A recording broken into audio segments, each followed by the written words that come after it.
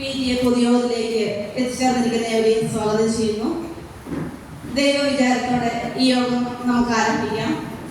പ്രാർത്ഥനാഗാനം ആലപിക്കുന്നതിനായി ജ്യോതി ടീച്ചറിനെ ക്ഷണിക്കുന്നു.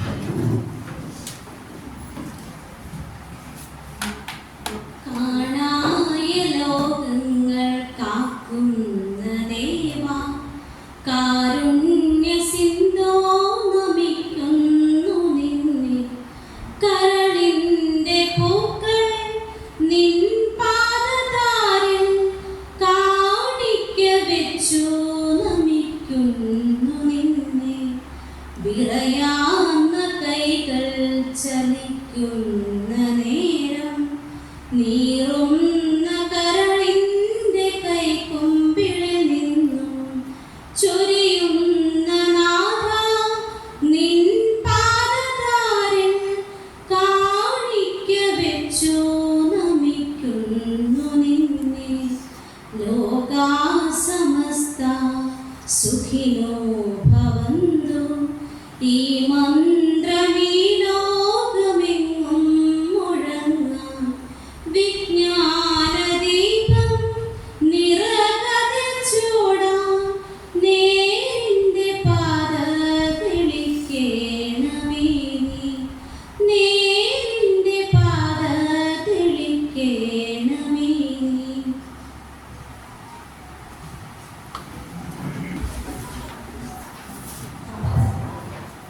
ഈ യോഗത്തിൽ എത്തിച്ചേർന്നിരിക്കുന്ന ഏവർക്കും സ്വാഗതം ആശംസിക്കുന്നതിനായി നമ്മളുടെ സ്കൂൾ പ്രിൻസിപ്പൽ ശ്രീമതി മിനി മാത്യു ടീച്ചറിനെ ആദരപൂർവ്വം ക്ഷണിക്കുന്നു.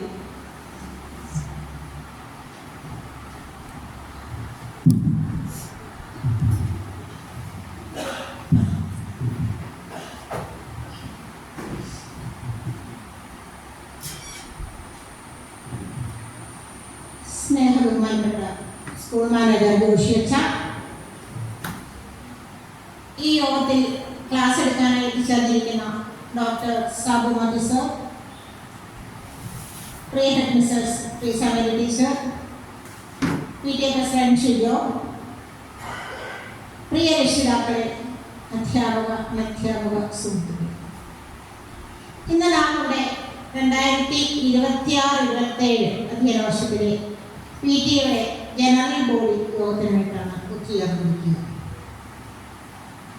ഒരു സ്കൂളിൻ്റെ നട്ടെല്ല് എന്ന് പറയുന്നത് തന്നെ ശക്തമായ ഒരു PTA ആണ്. പേരൻസും ടീച്ചേഴ്സും കുട്ടികളോടൊപ്പം തോളോട് തോൾ ചേർന്ന് ഒരുമിച്ച് പ്രവർത്തിക്കുമ്പോഴാണ് ശരിയായ വിജയമുണ്ടാവുന്നത്. നമ്മളൊക്കെ വളർന്നു വന്ന സാഹചര്യത്തിൽ നിന്ന് വ്യത്യസ്തമായി ഇന്നത്തെ തലമുറയിലെ കുട്ടികൾക്ക് അവരെ പ്രതികരിക്കുന്ന പലതരത്തിലുള്ള വിപത്തുകളാണ്, സാഹചര്യങ്ങൾ വ്യത്യസ്തമാണ്. അങ്ങനെയുള്ള സന്ദർഭങ്ങളിൽ പേരൻസ് വളരെ കണ്ണു തുറന്ന് കുട്ടികളോടൊപ്പം അവരുടെ ഫീലിങ്സ് പങ്കിട്ട് കൂടെ നിന്നാൽ മാത്രമേ അവരെ രക്ഷിച്ച് എടുക്കാനായിട്ട് നമുക്ക് സാധിക്കുകയുള്ളൂ.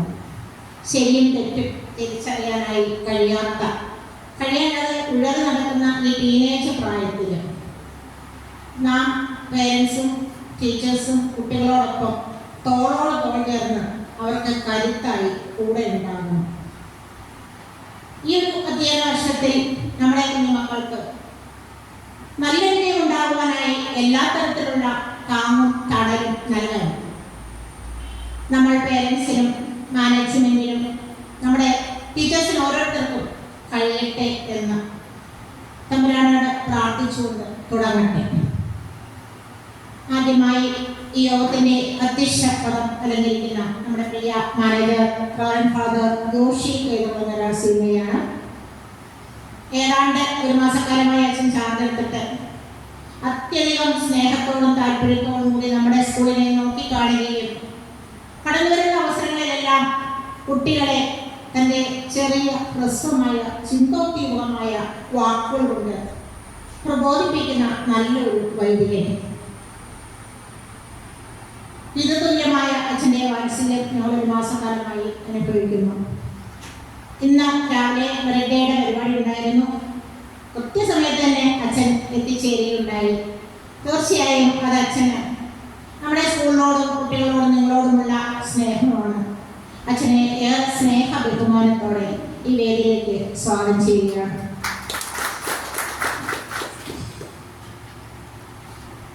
അടുത്തതായി നമുക്ക് ഇന്നത്തെ ഈ മീറ്റിംഗിൽ രക്ഷിതാക്കളെ ഉദ്ബോധിപ്പിക്കുന്നതിനായി ക്ലാസ് എടുക്കുന്നതിനായി നമുക്ക് എത്തിച്ചേർന്നിരിക്കുന്നത് ഡോക്ടർ സാബു ടി മാത്യു സാറാണ്. അദ്ദേഹം സെന്റ് തോമസ് കോളേജ് പാലായിൽ മലയാള വിഭാഗം തലവനായി സേവനമനുഷ്ഠിച്ച് റിട്ടയർ ചെയ്ത വ്യക്തിയാണ്. ഏതാണ്ട് 32 വർഷത്തോളം ഹയർ സെക്കൻഡറിയിലും ഹൈസ്കൂൾ കോളേജ് തലത്തിലും അധ്യാപന പാരമ്പര്യമുള്ള പ്രവർത്തന പരിചയമുള്ള ഗുരുശ്രേഷ്ഠനാണ്. അനേകം പ്രമുഖ വ്യക്തികളുടെ വിദ്യാർത്ഥികളുടെ ഗവേഷണത്തിന് ഗൈഡായി തലവനായി പ്രവർത്തിച്ചിട്ടുണ്ട്. അദ്ദേഹം coordinator of minority educational institutions, treasurer of ട്രാഡ, editor in charge of Pala group, president of Jal Jeevan mission, education administration, social welfare programmes, ഇങ്ങനെ ഈ മേഖലയിലെല്ലാം തനതായ വ്യക്തിമുദ്ര പതിപ്പിച്ചിട്ടുള്ള പ്രിയ സാബു സാർ റിട്ടയർ ചെയ്തതിന് ശേഷവും തൻ്റെ പ്രവർത്തന മികവ് സമൂഹത്തിനായി കാഴ്ചവെക്കുന്നു. നിലവിൽ സാലചാർപ്പുക മെഡിസിറ്റിയിലെ അഡ്മിനിസ്ട്രേറ്ററായി പ്രവർത്തിക്കുന്നു. അങ്ങനെ പതിറ്റാണ്ടുകളിലെ തൻ്റെ വിശാലമായ പ്രവൃത്തി മണ്ഡലത്തിലെ അനുഭവങ്ങളുടെ വെളിച്ചത്തിലായിരിക്കും സാറിനോട് സംസാരിക്കാൻ പോകുക. തീർച്ചയായും ഈ ഉച്ചനേരത്ത് ഇവിടെ എത്തിച്ചേർന്ന നിങ്ങൾ ഓരോരുത്തരും നിങ്ങളുടെ കുട്ടികളോടുള്ള സ്നേഹമാണ് പങ്കുവയ്ക്കുന്നത്, ഒപ്പം ഞങ്ങളോട് അവരോടുള്ള കരുതൽ കാരണമാണ് ഈ നട്ടുച്ച നേരത്തോടെ എത്തിച്ചേർന്നത്. നിങ്ങൾ മാറ്റിവെച്ച ഈ സമയം വെറുതെ ആവില്ല, നിങ്ങൾക്ക് മുതൽക്കൂട്ടാകും എന്ന് എനിക്ക് ഉറപ്പുണ്ട്. അത്യന്തം സ്നേഹത്തോടെ പ്രിയ ബഹുമാനപ്പെട്ട സാറിനെ ഈ വേദിയിലേക്ക് സ്വാഗതം ചെയ്യുന്നു. ഇനിയും നമ്മുടെ പ്രിയ ഹെഡ്മിസ്ട്രസ് ടീച്ചറുണ്ട്. കുട്ടികളുടെ കൂടെ നിന്ന് അവരുടെ വ്യക്തിത്വ രൂപീകരണത്തിലും ഓരോ കാര്യങ്ങളിലും കറക്ഷൻ നൽകി ഏറെ ശ്രദ്ധാലുവായി തൻ്റെ പ്രവർത്തനം കാഴ്ചവെക്കുന്ന പ്രിയ ടീച്ചർ ഈ സ്കൂളിനെ ബഹുദൂരം മുമ്പോട്ട് നയിക്കുന്നതിൽ സംശയമില്ല. ടീച്ചറിനെ ഏറെ സ്നേഹത്തോടെ ഈ വേദിയിലേക്ക് സ്വാഗതം ചെയ്യുന്നു. നമ്മുടെ P T A president Shijo ഉണ്ട്. ഷിജോയിൻ്റെ ആദ്യത്തെ മീറ്റിംഗ് നമ്മളൊപ്പം ഉണ്ടായിരുന്നു. ചോറിനിട്ട് കൂടി തന്നെ വന്നു. ഷിജോ ഏതാണ്ട് ദീർഘകാലമായി നമ്മളൊപ്പം ഉണ്ട്. എല്ലാ കാര്യങ്ങളിലും നമ്മളോട് സജീവമായ സാന്നിധ്യവും ഉത്തരവാദിത്വവും കാണിക്കുന്ന പി ടി എ പ്രസിഡന്റ് ഷിജോയെ ഏറെ സ്നേഹത്തോടെ ഞാനിങ്ങോട്ട് സ്വാഗതം ചെയ്യും. ഇനിയും രക്ഷിതാക്കള് കുറച്ചെങ്കിലും ഒക്കെ കൂടെ വരും എന്നാണ് നമ്മൾ പല പ്രാവശ്യം ക്ലാസ്സുകളിൽ പറയുകയൊക്കെ ചെയ്തിരുന്നു. എങ്കിലും ഇത്രയും പേരെ ഒരുമിച്ച് കണ്ടപ്പോൾ സ്കൂളിലെ പ്രിൻസിപ്പൾ എന്ന നിലയിൽ കുറച്ച് കാര്യങ്ങൾ ഞാൻ നിങ്ങളോടൊന്ന് പെട്ടെന്ന് പറഞ്ഞുകൊള്ളാം. ഒന്നാമതായി, നിങ്ങളുടെ കുട്ടികളെ സ്കൂളിലേക്ക് പറഞ്ഞു വിടുമ്പോൾ ഹയർ സെക്കൻഡറി സ്കൂളിൻ്റെ ഭാഗമായി തന്നെയാണ് പ്രവർത്തിക്കുക, പണ്ടത്തെ കോളേജ് പോലെയല്ല. അങ്ങനെ ഒരുമിച്ചാവുമ്പോൾ തീർച്ചയായും കുറച്ച് ഡിസിപ്ലിൻസ് ഉണ്ടാകും. അതെല്ലാം നിങ്ങളുടെ മക്കളുടെ സ്കൂൾ ഡയറിയിൽ പ്രിന്റ് ചെയ്തിട്ടുണ്ട്. ഒരു വട്ടമെങ്കിലും അതൊന്നെടുത്ത് വായിച്ചു നോക്കുക. കുട്ടികളെ പറഞ്ഞ് മനസ്സിലാക്കുക, അവരെ തിരുത്താനായിട്ട് ശ്രമിക്കുക. LKG കുട്ടികളെ പോലെ ഭീഷണിപ്പെടുത്തിയൊന്നും നടക്കുന്ന കാര്യമില്ല. അവർക്ക് നല്ല ബോധ്യം കൊടുത്താൽ മാത്രമേ കുട്ടികളെ കറക്റ്റ് ചെയ്യാൻ പറ്റത്തുള്ളൂ. അതുകൊണ്ട് തന്നെ അങ്ങനെയുള്ള കാര്യങ്ങളെ രാവിലെ കുട്ടികളെ സ്കൂളിലേക്ക് വിടുമ്പോഴേ അവരെ നീറ്റ് ആൻഡ് ക്ലീനാക്കി ആ യൂണിഫോം ഒക്കെ നന്നായിട്ട് അലക്കി തേച്ച് വൃത്തിയായിട്ട് വിടാനും യൂണിഫോം ഇൻ ചെയ്യാനും അനുസരിക്കണം റൂൾസ് ഒന്ന് പറഞ്ഞു കൊടുക്കാനും മുടി സമയമൊന്ന് വെട്ടി ഒതുക്കി നീറ്റാക്കി നമ്മുടെ മക്കൾ മറ്റുള്ളവരുടെ മുമ്പിൽ നിൽക്കുമ്പോൾ ഇവർക്ക് അപ്പനും അമ്മയും ഇല്ലേ എന്ന് മറ്റുള്ളവർ ചിന്തിക്കാനിട കൊടുക്കാം. നല്ലൊരു അമ്മയുടെ കയ്യിലാണ്, നല്ലൊരു വീട്ടിൽ നിന്നാണ് കുഞ്ഞു വരുന്നതെന്ന് ഒറ്റ ലുക്കിൽ തന്നെ മനസ്സിലാക്കാൻ അവർക്ക് ഇടയാകട്ടെ. അങ്ങനെ ഒരുക്കി അവരെ സ്കൂളിലേക്ക് വിടുക. കുറച്ചുകൂടെ ആയി 12 വയസ്സാകുമ്പോൾ സ്വയം ചെയ്തോട്ടെ. സ്കൂളിൻ്റെ ഭാഗമായി ഇവിടെ നിൽക്കുമ്പോൾ ഡിസിപ്ലിൻ ഇമ്പോർട്ടൻ്റ് ആണ്. അപ്പോൾ എല്ലാ അമ്മമാരും അപ്പന്മാരും പ്രത്യേകിച്ച് അമ്മമാരും തൻ്റെ കൺമുട്ടിൽ നിന്ന് ഇറങ്ങിപ്പോരുന്ന പെൺകുട്ടികളും ആൺകുട്ടികളും ആ ഒരു കാര്യത്തിൽ അമ്മമാർക്കായിരിക്കും കൂടുതൽ ചെയ്യാൻ കഴിയുക. നീറ്റായ വസ്ത്രം നന്നായിട്ട് ഇടയ്ക്ക് തേച്ച് വൃത്തിയായിട്ട് വിടാൻ, മുടി വെട്ടിച്ചെടുത്ത് ചെയ്യി പോടാൻ മോനെ ഇങ്ങനെ പോവാ എന്ന് പറഞ്ഞ് ഇറക്കി വിടാനായിട്ട് ഒരു സന്മനസ് കാണിക്കുക. സ്കൂളിൽ മൊബൈൽ ഫോൺ അനുവദനീയമല്ല. അത് ഓർഡർ പ്രകാരം സർക്കുലർ പ്രകാരം തന്നെ ബാൻഡാണ് എന്ന് നമുക്കറിയാം. അങ്ങനെ കുട്ടികളെ സ്കൂളിലേക്ക് പോരുമ്പോൾ നിങ്ങളുടെ കുട്ടികൾക്ക് പേഴ്സണൽ ഫോൺ ഉണ്ടെങ്കിൽ ഏതൊരു അമ്മയ്ക്ക് ശ്രദ്ധിക്കാവുന്ന കാര്യമേ ഉള്ളൂ. അവനതിവിടെ വെച്ചിട്ടാണ് പോയത്, കൊണ്ടുപോയിട്ടുണ്ടോ, അല്ലെങ്കിൽ എന്തെങ്കിലും എമർജൻസി ആണെങ്കിൽ ക്ലാസ് ടീച്ചേഴ്സിനോട് പറയുക. ഇങ്ങനെയുള്ള കാര്യങ്ങളൊക്കെ വീട്ടിലാണ് നിങ്ങൾക്ക് നോക്കാൻ കഴിയുക. അങ്ങനെ ഒരു ശ്രദ്ധ, കണ്ണടച്ച് നിങ്ങളുടെ മക്കളെ അമിതമായി വിശ്വസിക്കാതെ. എൻ്റെ കുഞ്ഞ് അങ്ങനെയൊന്നും ചെയ്യില്ല എന്ന് 100% ആർക്കും വിശ്വസിക്കാൻ പറ്റില്ല ഇന്നത്തെ കാലത്ത്. അതുകൊണ്ട് ചെറിയൊരു സംശയദൃഷ്ടിയാൽ നോക്കുമ്പോൾ തന്നെയാണ് നല്ലത്. കുട്ടികളെ പഠിക്കാനുള്ള സമയത്ത് കുറെ അടച്ചിട്ടിരുന്ന് പഠിക്കാതെ എപ്പോഴും നമ്മൾ അക്സസബിൾ ആയ ഒരു സ്ഥലത്ത് ലാപ്ടോപ്പോ ഫോണോ ഒക്കെ ഉപയോഗിച്ച് പഠിക്കാനായിട്ട് അമ്മയും അപ്പനൊക്കെ നോക്കും, ഇത് കയറി വരും എന്നാൽ അവർക്ക് ഒരു പേടി വന്നോട്ടെ, ഒരു കുഴപ്പമില്ല. അങ്ങനെ ഇരുന്ന് പഠിക്കാനുള്ള ഒരു സാഹചര്യം മാത്രം നിങ്ങൾ ഒരുക്കി കൊടുക്കുക. എപ്പോഴും കണ്ണു തുറന്ന് കീൻ ഒബ്സർവേഷൻ നിങ്ങളുടെ കുട്ടികളെ നന്നായി നോക്കുക. അങ്ങനെ നോക്കി അവരെ സ്കൂളിലേക്ക് പറഞ്ഞു വിടാനായിട്ട് ശ്രദ്ധിക്കുക. ലീവ് ആവശ്യമില്ലാത്ത ലീവ് എടുക്കില്ല. ഒരു സാക്ഷനായി ഒരുപാട് പഠിച്ചു പോവുക. ലീവ് ഉണ്ടെങ്കിൽ അതിവിടെ ലീവ് രജിസ്റ്റർ ഉണ്ട്, കൃത്യമായി അത് അറിയിച്ചു വിടുക. കുട്ടികളെ ഇവിടെ വന്നിട്ട് വിടാനായിട്ട് നമ്മൾ അനുവദിക്കുന്നില്ല. അങ്ങനെ ഉണ്ടെങ്കിൽ മാക്സിമം വീട്ടിൽ നിന്ന് വരാതിരിക്കുക. ഉച്ചയ്ക്ക് വന്നിട്ട് പോകാൻ പറ്റില്ല. പോകണമെങ്കിൽ പേരൻസ് വന്നിട്ട് മാത്രമേ വിടുകയുള്ളൂ. കഴിഞ്ഞ വർഷങ്ങളിലെല്ലാം നമ്മൾ അങ്ങനെയാണ് ചെയ്തത്. പേരൻസ് ഇവിടെ വന്നു കൊണ്ടുപോകാനേ പറ്റൂ, അല്ലാതെ ഇവിടെ വന്നിട്ട് പോകാൻ അനുവാദം ഉണ്ടായിരിക്കില്ല. വീണ്ടും വീട്ടിലെ നിങ്ങളൊരു ചിട്ടയുണ്ടാകുക. ഒരുപാട് പറഞ്ഞ് ടീച്ചിങ്സ് നടത്തുന്നതിൽ നല്ലത് നിങ്ങൾ പ്രവർത്തിച്ച് കാണിക്കുക. Be a role model to your students. അതായത് നിങ്ങളുടെ കുട്ടികൾക്ക് നമ്മുടെ ജീവിതം കൊണ്ട് കാണിച്ചു കൊടുക്കുക. ഒരുപാട് കാണിക്കണ്ട. ഒരുമിച്ച് പ്രാർത്ഥിക്കുക, ഒരുമിച്ച് ഭക്ഷണം കഴിക്കുക. ഒരു നേരമെങ്കിലും കുട്ടികളുടെ കൂടെ ഇരുന്ന് ഒരുമിച്ച് ഭക്ഷണം കഴിച്ച് സ്കൂളിലെ വിശേഷങ്ങളൊക്കെ ചോദിച്ച് നല്ലതും ചീത്തയും ഒക്കെ മനസ്സിലാക്കി എന്തെങ്കിലും പഠിപ്പിച്ചോ. ഇതൊക്കെ ആരാണ് ഒരു ഫാമിലി അന്തരീക്ഷം സൃഷ്ടിക്കുക. A family which prays together stays together. ഒരുമിച്ച് പ്രാർത്ഥിക്കുന്ന ഫാമിലി ഒരുമിച്ച് നിലനിൽക്കും. അതിനെ ചിത്രം സംഭവിക്കില്ല. അപ്പോൾ ഈ വക കാര്യങ്ങളൊക്കെ നിങ്ങളൊന്ന് ശ്രദ്ധിക്കാനായിട്ട് ശ്രമിക്കുക. ഏറെ വിശാലമായ തലങ്ങളിലേക്ക് കടക്കാൻ സാർ നമ്മോടൊപ്പം ഉണ്ട്. അപ്പോൾ ഞാൻ ഇത്രയും കാര്യങ്ങൾ ഒന്ന് ഓർമ്മിപ്പിച്ചുകൊണ്ട് നിർത്തിക്കൊള്ളട്ടെ. നന്ദി, നമസ്കാരം.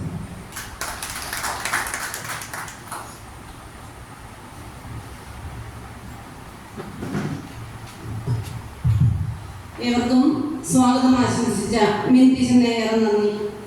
അടുത്തതായി PTA പൊതുയോഗത്തിൽ സന്ദേശം നൽകുന്നതിന് school manager reverend father Joshi Mathew Kaithakulangara CMI ഏറെ ആദരവോടെ ക്ഷണിക്കുകയാണ്.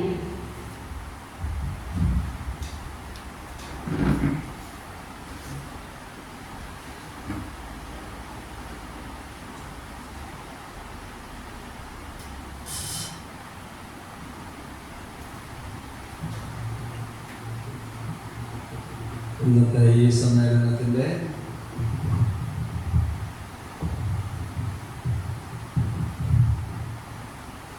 പ്രധാന കഥാപാത്രമായ Sadhu sir, principal, headmistress, PTA president Shijo, പ്രിയ മാതാപിതാക്കളെ, കുഞ്ഞുമക്കളെ, 40-45 പേര് ഇവിടെ സമ്മേളിച്ചിരിക്കുന്ന കാണുമ്പോൾ വളരെ സന്തോഷമുണ്ട്. മക്കളെ കുറിച്ചുള്ള നിങ്ങളുടെ കരുതൽ അതിൽ നിങ്ങളെ പ്രത്യേകമായിട്ട് അഭിനന്ദിക്കുന്നു. വിദ്യാഭ്യാസം എന്ന് പറയുന്നത് കുറച്ച് മാർക്ക് മേടിക്കുന്ന ഒരു പരിപാടി മാത്രമല്ല, മറിച്ച് മനുഷ്യത്വമുള്ള നല്ല വ്യക്തിത്വമുള്ള മനുഷ്യരായി ഇവരെ വളർത്തിയെടുക്കുന്ന ഒരു പ്രക്രിയയാണ് വിദ്യാഭ്യാസം. ജനിക്കുമ്പോൾ മുതലേ ഒരു ശിശുവും ഒരു പശുവും സ്വഭാവത്താലേ ഒന്ന് തന്നെയാണ്. എന്ത് കൈ കിട്ടിയാലും ഒരു ശിശു അതെടുത്ത് വാങ്ങി വയ്ക്കും. പശുവിൻ്റെ മുൻപിൽ എന്ത് കണ്ടാലും അത് എന്ത് ചെയ്യും? അതൊക്കെ തിന്നും. കാരണം അതിന് വേറെ പത്താഴത്തിലൊന്നും വെക്കാൻ അറിയത്തില്ല. അങ്ങോട്ട് സൂക്ഷിക്കും. അതുകൊണ്ടാണ് ഞാൻ പറഞ്ഞത് പശുവും ശിശുവും ഏതാണ്ട് ഒരുപോലെയാണ്, സ്വാർത്ഥതയാണ്. അങ്ങനെ ജന്മന സ്വാർത്ഥതയോടുകൂടി ജനിക്കുന്ന മനുഷ്യന് ഒരു മാന്യനായി തീരാൻ പറ്റുന്നത്, മഹാനായി തീരാൻ പറ്റുന്നത് വിദ്യാഭ്യാസം വഴിയാണ്.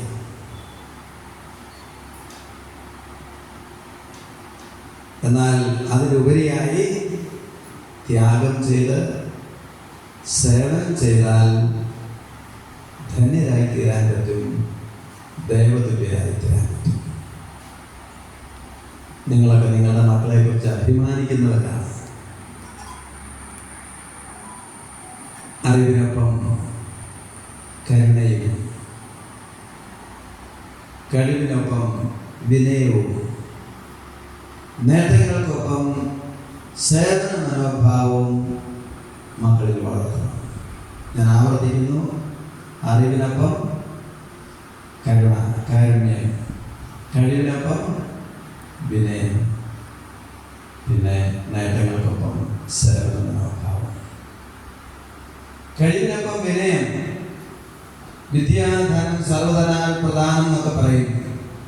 സമ്പത്തുള്ള ഒരു ചെടി, നെൽച്ചെടി ആയാലും കൊള്ളാം, സമ്പത്ത് പറയുമ്പോൾ അതിൻ്റെ തലവിനയും. വാഴ, മാവ് എല്ലാം നമുക്കറിയാം, അതിൻ്റെ ഫലസമൃദ്ധമാകുമ്പോൾ അതിൻ്റെയൊക്കെ തലവിനയും എന്ന് പറയുന്നതുപോലെ വിനയം നേടിയെടുക്കണം. മഹാന്മാരാകണമെങ്കിൽ, ധന്യരാകണമെങ്കിൽ ദൈവതുല്യരായി തീരാൻ. മക്കളുടെ കാര്യത്തിൽ മാതാപിതാക്കളും അധ്യാപകരും തമ്മിൽ അതുപോലെ ചേർന്ന് പ്രവർത്തിക്കണം.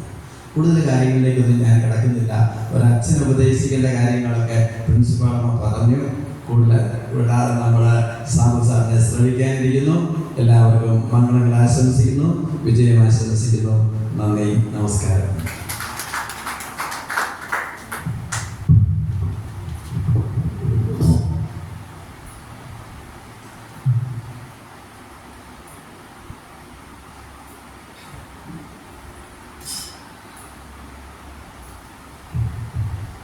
യോഗത്തിൽ സന്ദേശം നൽകി സംസാരിച്ച ബഹുമാനപ്പെട്ട ജോഷിച്ചിന് ഏറെ നന്ദി. അടുത്തതായി ആശംസ അർപ്പിക്കുന്നതിനായി നമ്മുടെ school PTA president Shri Shijo ജോസഫിനെ ക്ഷണിക്കുന്നു.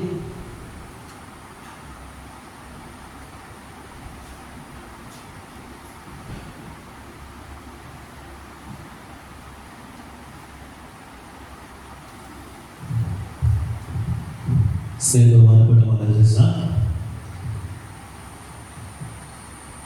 മുഖ്യ പ്രസംഗത്തിനായിരിക്കുന്ന സംസ്ഥാന പ്രസിഡന്റ് കെമിസ്, മറ്റു മാതാപിതാക്കന്മാരെ, നമ്മുടെ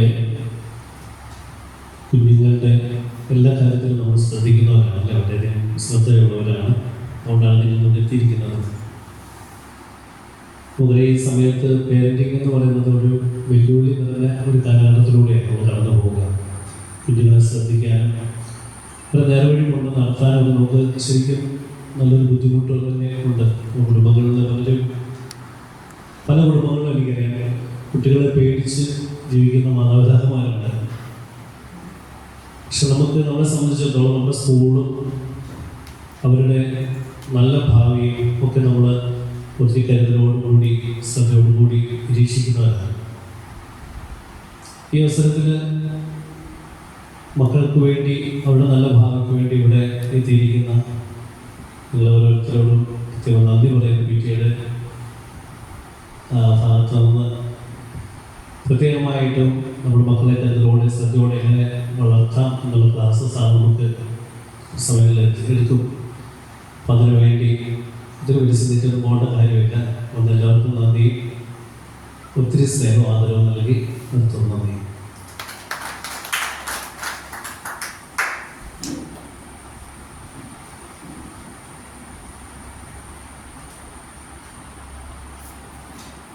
ആശംസ അർപ്പിച്ച് സംസാരിച്ച ഷിജോ സാറിനെ നന്ദി. അടുത്തതായി രക്ഷിതാക്കൾക്ക് ബോധവൽക്കരണ ക്ലാസ് എടുക്കുന്നതിനായി നമ്മുടെ ക്ഷണം സ്വീകരിച്ച് ഇവിടെ എത്തിച്ചേർന്നിരിക്കുന്ന ബഹുമാനപ്പെട്ട ഡോക്ടർ സാബുടി മാത്യു സാറിനെ ഏറെ സ്നേഹാദരവോടെ ക്ഷണിക്കുകയാണ്. ബഹുമാനീയനായ സുധീരമായ school manager reverend father Joshi കൈതക്കുളങ്ങരച്ചൻ, ഇവിടെ സന്നിധിയായിരിക്കുന്ന പ്രിൻസിപ്പൽ മിനി ടീച്ചറിനും ഹെഡ് മിസ്ട്രസ് ട്രീസ ടീച്ചറിനും PTA പ്രസിഡന്റ് ഷിജോസ് അവർക്കും അധ്യാപകർക്കും അനധ്യാപകർക്കും പ്രിയപ്പെട്ട മാതാപിതാക്കന്മാർക്കും എൻ്റെ സ്നേഹപൂർവമായ ഉണ്ട്. ഞാനിതിന് മുൻപ് സ്വാഗത പ്രസംഗം കേട്ടു, അധ്യക്ഷ പ്രസംഗം കേട്ടു. അതിനുശേഷം PTA പ്രസിഡന്റിൻ്റെ പ്രസംഗവും കേട്ടു. ഈ 3 പേരും പറഞ്ഞതിന് പുറമെ ഞാൻ എന്താണ് പറയേണ്ടത് എന്ന് എനിക്കറിയത്തില്ലാത്ത ഒരു സാഹചര്യത്തിൽ ഞാൻ ഉൾപ്പെട്ടുപോയി. എല്ലാവരും വളരെ ഹ്രസ്വമായി പറഞ്ഞു, മധുരമായി പറഞ്ഞു, വേണ്ടതെല്ലാം പറഞ്ഞു. ഇനി പറയാനുള്ളതൊക്കെ അധിക പ്രസംഗമാകുമോ എന്ന് എനിക്കൊരു സംശയമുണ്ട് തന്നെ.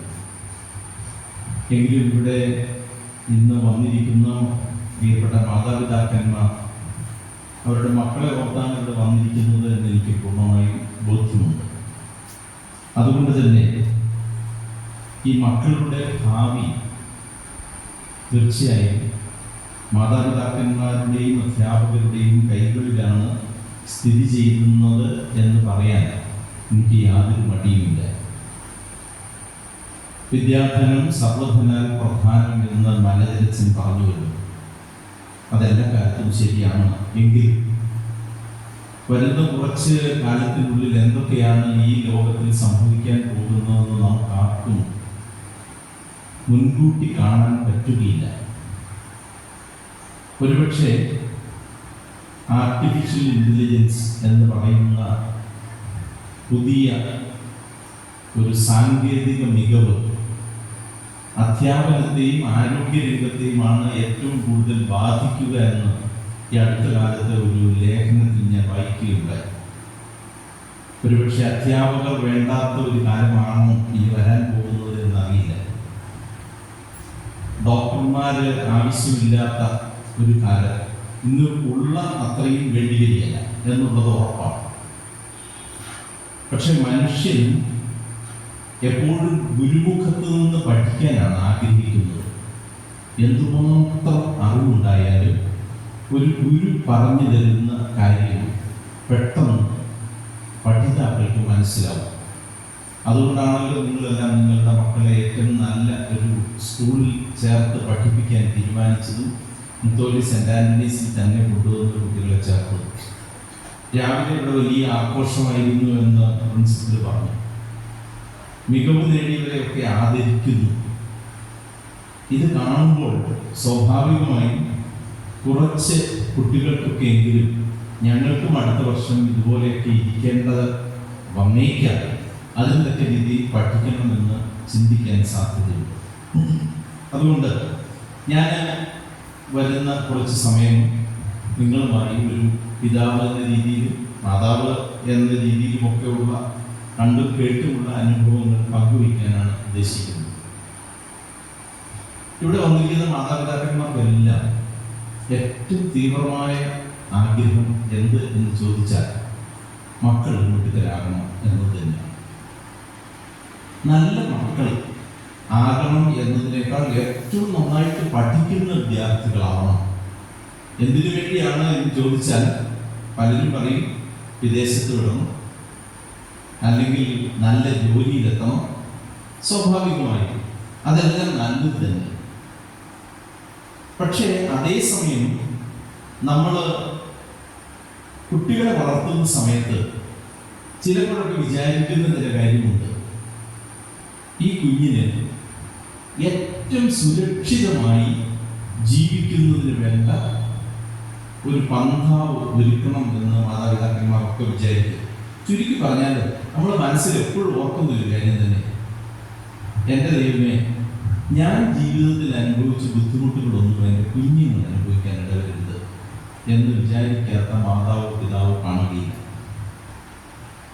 നമ്മൾ അനുഭവിച്ച ബുദ്ധിമുട്ടുകൾ എന്തൊക്കെയാണ് എന്ന് ആലോചിക്കുന്ന സമയത്താണ് ഏതെല്ലാം തരത്തിലുള്ള പ്രയാസങ്ങളിലൂടെ നമ്മൾ കടന്നു പോയിട്ടുണ്ട് എന്ന് നമുക്ക് തന്നെ ബോധ്യം വരുന്നത്.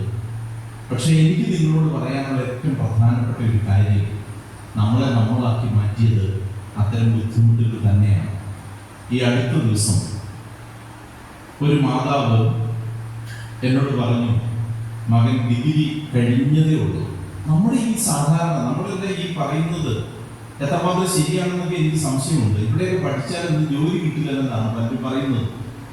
അധിക ദൂരെ അല്ലാത്ത ഒരു കോളേജിൽ ക്യാമ്പസ് പ്ലേസ്മെന്റിൽ നല്ല ഒരു ബാങ്കിൽ മകന് ജോലി കിട്ടിയതിനെ കുറിച്ച് ആ അമ്മ എന്നെ വിളിച്ച് പറഞ്ഞു. അമ്മ എന്നെ വിളിച്ച് ഡിഗ്രി കഴിഞ്ഞതേ ഉള്ളൂ, നിങ്ങൾ ഓർമ്മിക്കണം, BA വരെ പഠിച്ച് പുറത്തിറങ്ങി റിസൾട്ട് 2 ആഴ്ച മുമ്പ് വന്നതേ ഉള്ളൂ. അവരവിടെ ക്യാമ്പസ് പ്ലേസ്മെന്റിൽ ഒരു ടെസ്റ്റ് എഴുതി, ഗ്രൂപ്പ് ഡിസ്കഷൻ ഉണ്ടായിരുന്നു, ഇന്റർവ്യൂ ഉണ്ടായിരുന്നു, അത് ക്ലിയർ ചെയ്ത് ഇപ്പോൾ ജോലിയിൽ പ്രവേശിക്കുന്നത് 56,000 രൂപ പ്രതിമാസം ശമ്പളം കിട്ടുന്ന ജോലിയിലേക്കാണ്. ഈ കഴിഞ്ഞ മാസം വരെ അവനൊരു വിദ്യാർത്ഥിയായിരുന്നു. ആ മാതാവ് എന്നോട് പറഞ്ഞൊരു കാര്യമുണ്ട്. പറഞ്ഞപ്പോൾ പറയുകയായിരുന്നു, എൻ്റെ കുഞ്ഞുങ്ങളെ ഞാൻ എല്ലാവിധ ബുദ്ധിമുട്ടുകളും ഈ കുടുംബത്തിൽ ഉള്ളതെല്ലാം അനുഭവിച്ച് തന്നെ വളർത്തി. അവർ പറഞ്ഞ ആ പോയിന്റ് നമ്മൾ പ്രത്യേകമായിട്ടും ശ്രദ്ധിക്കണം. നമ്മൾ നമ്മുടെ വീടുകളിലുള്ള പ്രയാസങ്ങളും ദുരിതങ്ങളും വിഷമതകളും ഒക്കെ മക്കളെ അറിയിച്ചാണോ വളർത്തുന്നത്, അറിയിക്കാതെയാണോ വളർത്തുന്നത് എന്ന് ഓർമ്മിക്കണം. ഓരോ വീടിനും അതിൻ്റെതായ ചില പ്രത്യേകതകളുണ്ട്, ബുദ്ധിമുട്ടുകളുണ്ട്, പ്രയാസങ്ങളുണ്ട്. പക്ഷെ മക്കൾ അത് അറിയാതെ വളരാൻ ഇടവരുന്നത്. നമ്മുടെ വീട്ടിലെ പ്രയാസങ്ങളൊക്കെ അറിയട്ടെ. എന്തെല്ലാം ദുരിതങ്ങളാണ് നമ്മുടെ വീടുകളിൽ ഉള്ളത് എന്ന് തീർച്ചയായും മക്കളുടെ മുൻപാകെ മറച്ചു വെച്ച് നാം കുഞ്ഞുങ്ങളെ വളർത്തരുത് എന്ന് ആദ്യം തന്നെ പറയട്ടെ. അതുകൊണ്ട് തന്നെ നമ്മുടെ മക്കൾക്കൊക്കെ ഇവിടെ അവസരങ്ങളുണ്ട്. വിദേശത്തേക്കൊന്നും പോകേണ്ടതില്ല. വിദേശത്ത് നിന്നൊക്കെ പലരും ഇപ്പോൾ തിരിച്ചു വന്നുകൊണ്ടിരിക്കുകയാണ്. അതെന്തോ ആവട്ടെ, നിങ്ങളുടെ മക്കളെ വിദേശത്ത് വിടണമെങ്കിൽ വിട്ടുകൊള്ളുക. ഞാൻ അതിനൊന്നും എതിരായിട്ടല്ല പറയുന്നത്. പക്ഷെ ഒരു സത്യം നമ്മൾ മനസ്സിലാക്കണം, നമ്മുടെ കുഞ്ഞുങ്ങൾ നമ്മുടെ മക്കളായിട്ട് തന്നെ ഇവിടെ ഉണ്ടാവണമെങ്കിൽ നാം അതിന് ചില ശ്രദ്ധയും പരിഗണനയും ഒക്കെ കൊടുക്കേണ്ടതുണ്ട്. ഇപ്പൊ നമ്മളെ സംബന്ധിച്ചിടത്തോളം ഇന്ന് ഏറ്റവും കൂടുതൽ ടീച്ചറാണെങ്കിലും സ്വാഗത പ്രസംഗത്തിൽ പറയുന്നുണ്ടായി, നമ്മൾ ഇന്ന് ഏറ്റവും നേരിടുന്ന വലിയൊരു പ്രശ്നം മക്കൾക്കെല്ലാം മൊബൈൽ ഫോൺ വേണം എന്നുള്ളതാണ്. മൊബൈൽ ഫോണിന് അടിപ്പെട്ടാണ് നല്ലൊരു ശതമാനം മക്കളും ജീവിക്കുന്നത്. അവർക്ക് എല്ലാ കാര്യങ്ങൾക്കും മൊബൈൽ ഫോൺ വേണം. ഞാൻ നിങ്ങളോട് തന്നെയാണ് ചോദിക്കുന്നത്, ഇതിന് കാരണക്കാരാരാണ്? കോവിഡ് കാലത്ത് കുട്ടികൾക്ക് പഠിക്കുന്നതിന് വേണ്ട സൗകര്യം ഒരുക്കുന്നതിന് വേണ്ടി നമ്മളെല്ലാം വീടുകളിൽ കുഞ്ഞുങ്ങൾക്ക് മൊബൈൽ ഫോൺ വാങ്ങിക്കൊടുക്കുകയുണ്ടായി. അല്ലെങ്കിൽ അവർക്കത് പ്രയോജനം ചെയ്യട്ടെ എന്ന് കരുതി നാം അതിന് വേണ്ട സാഹചര്യങ്ങൾ ഒരുക്കുകയുണ്ടായി. പക്ഷെ അന്ന് നമ്മൾ കാണിച്ച നിരവധിയായ തെറ്റുകളുണ്ട്.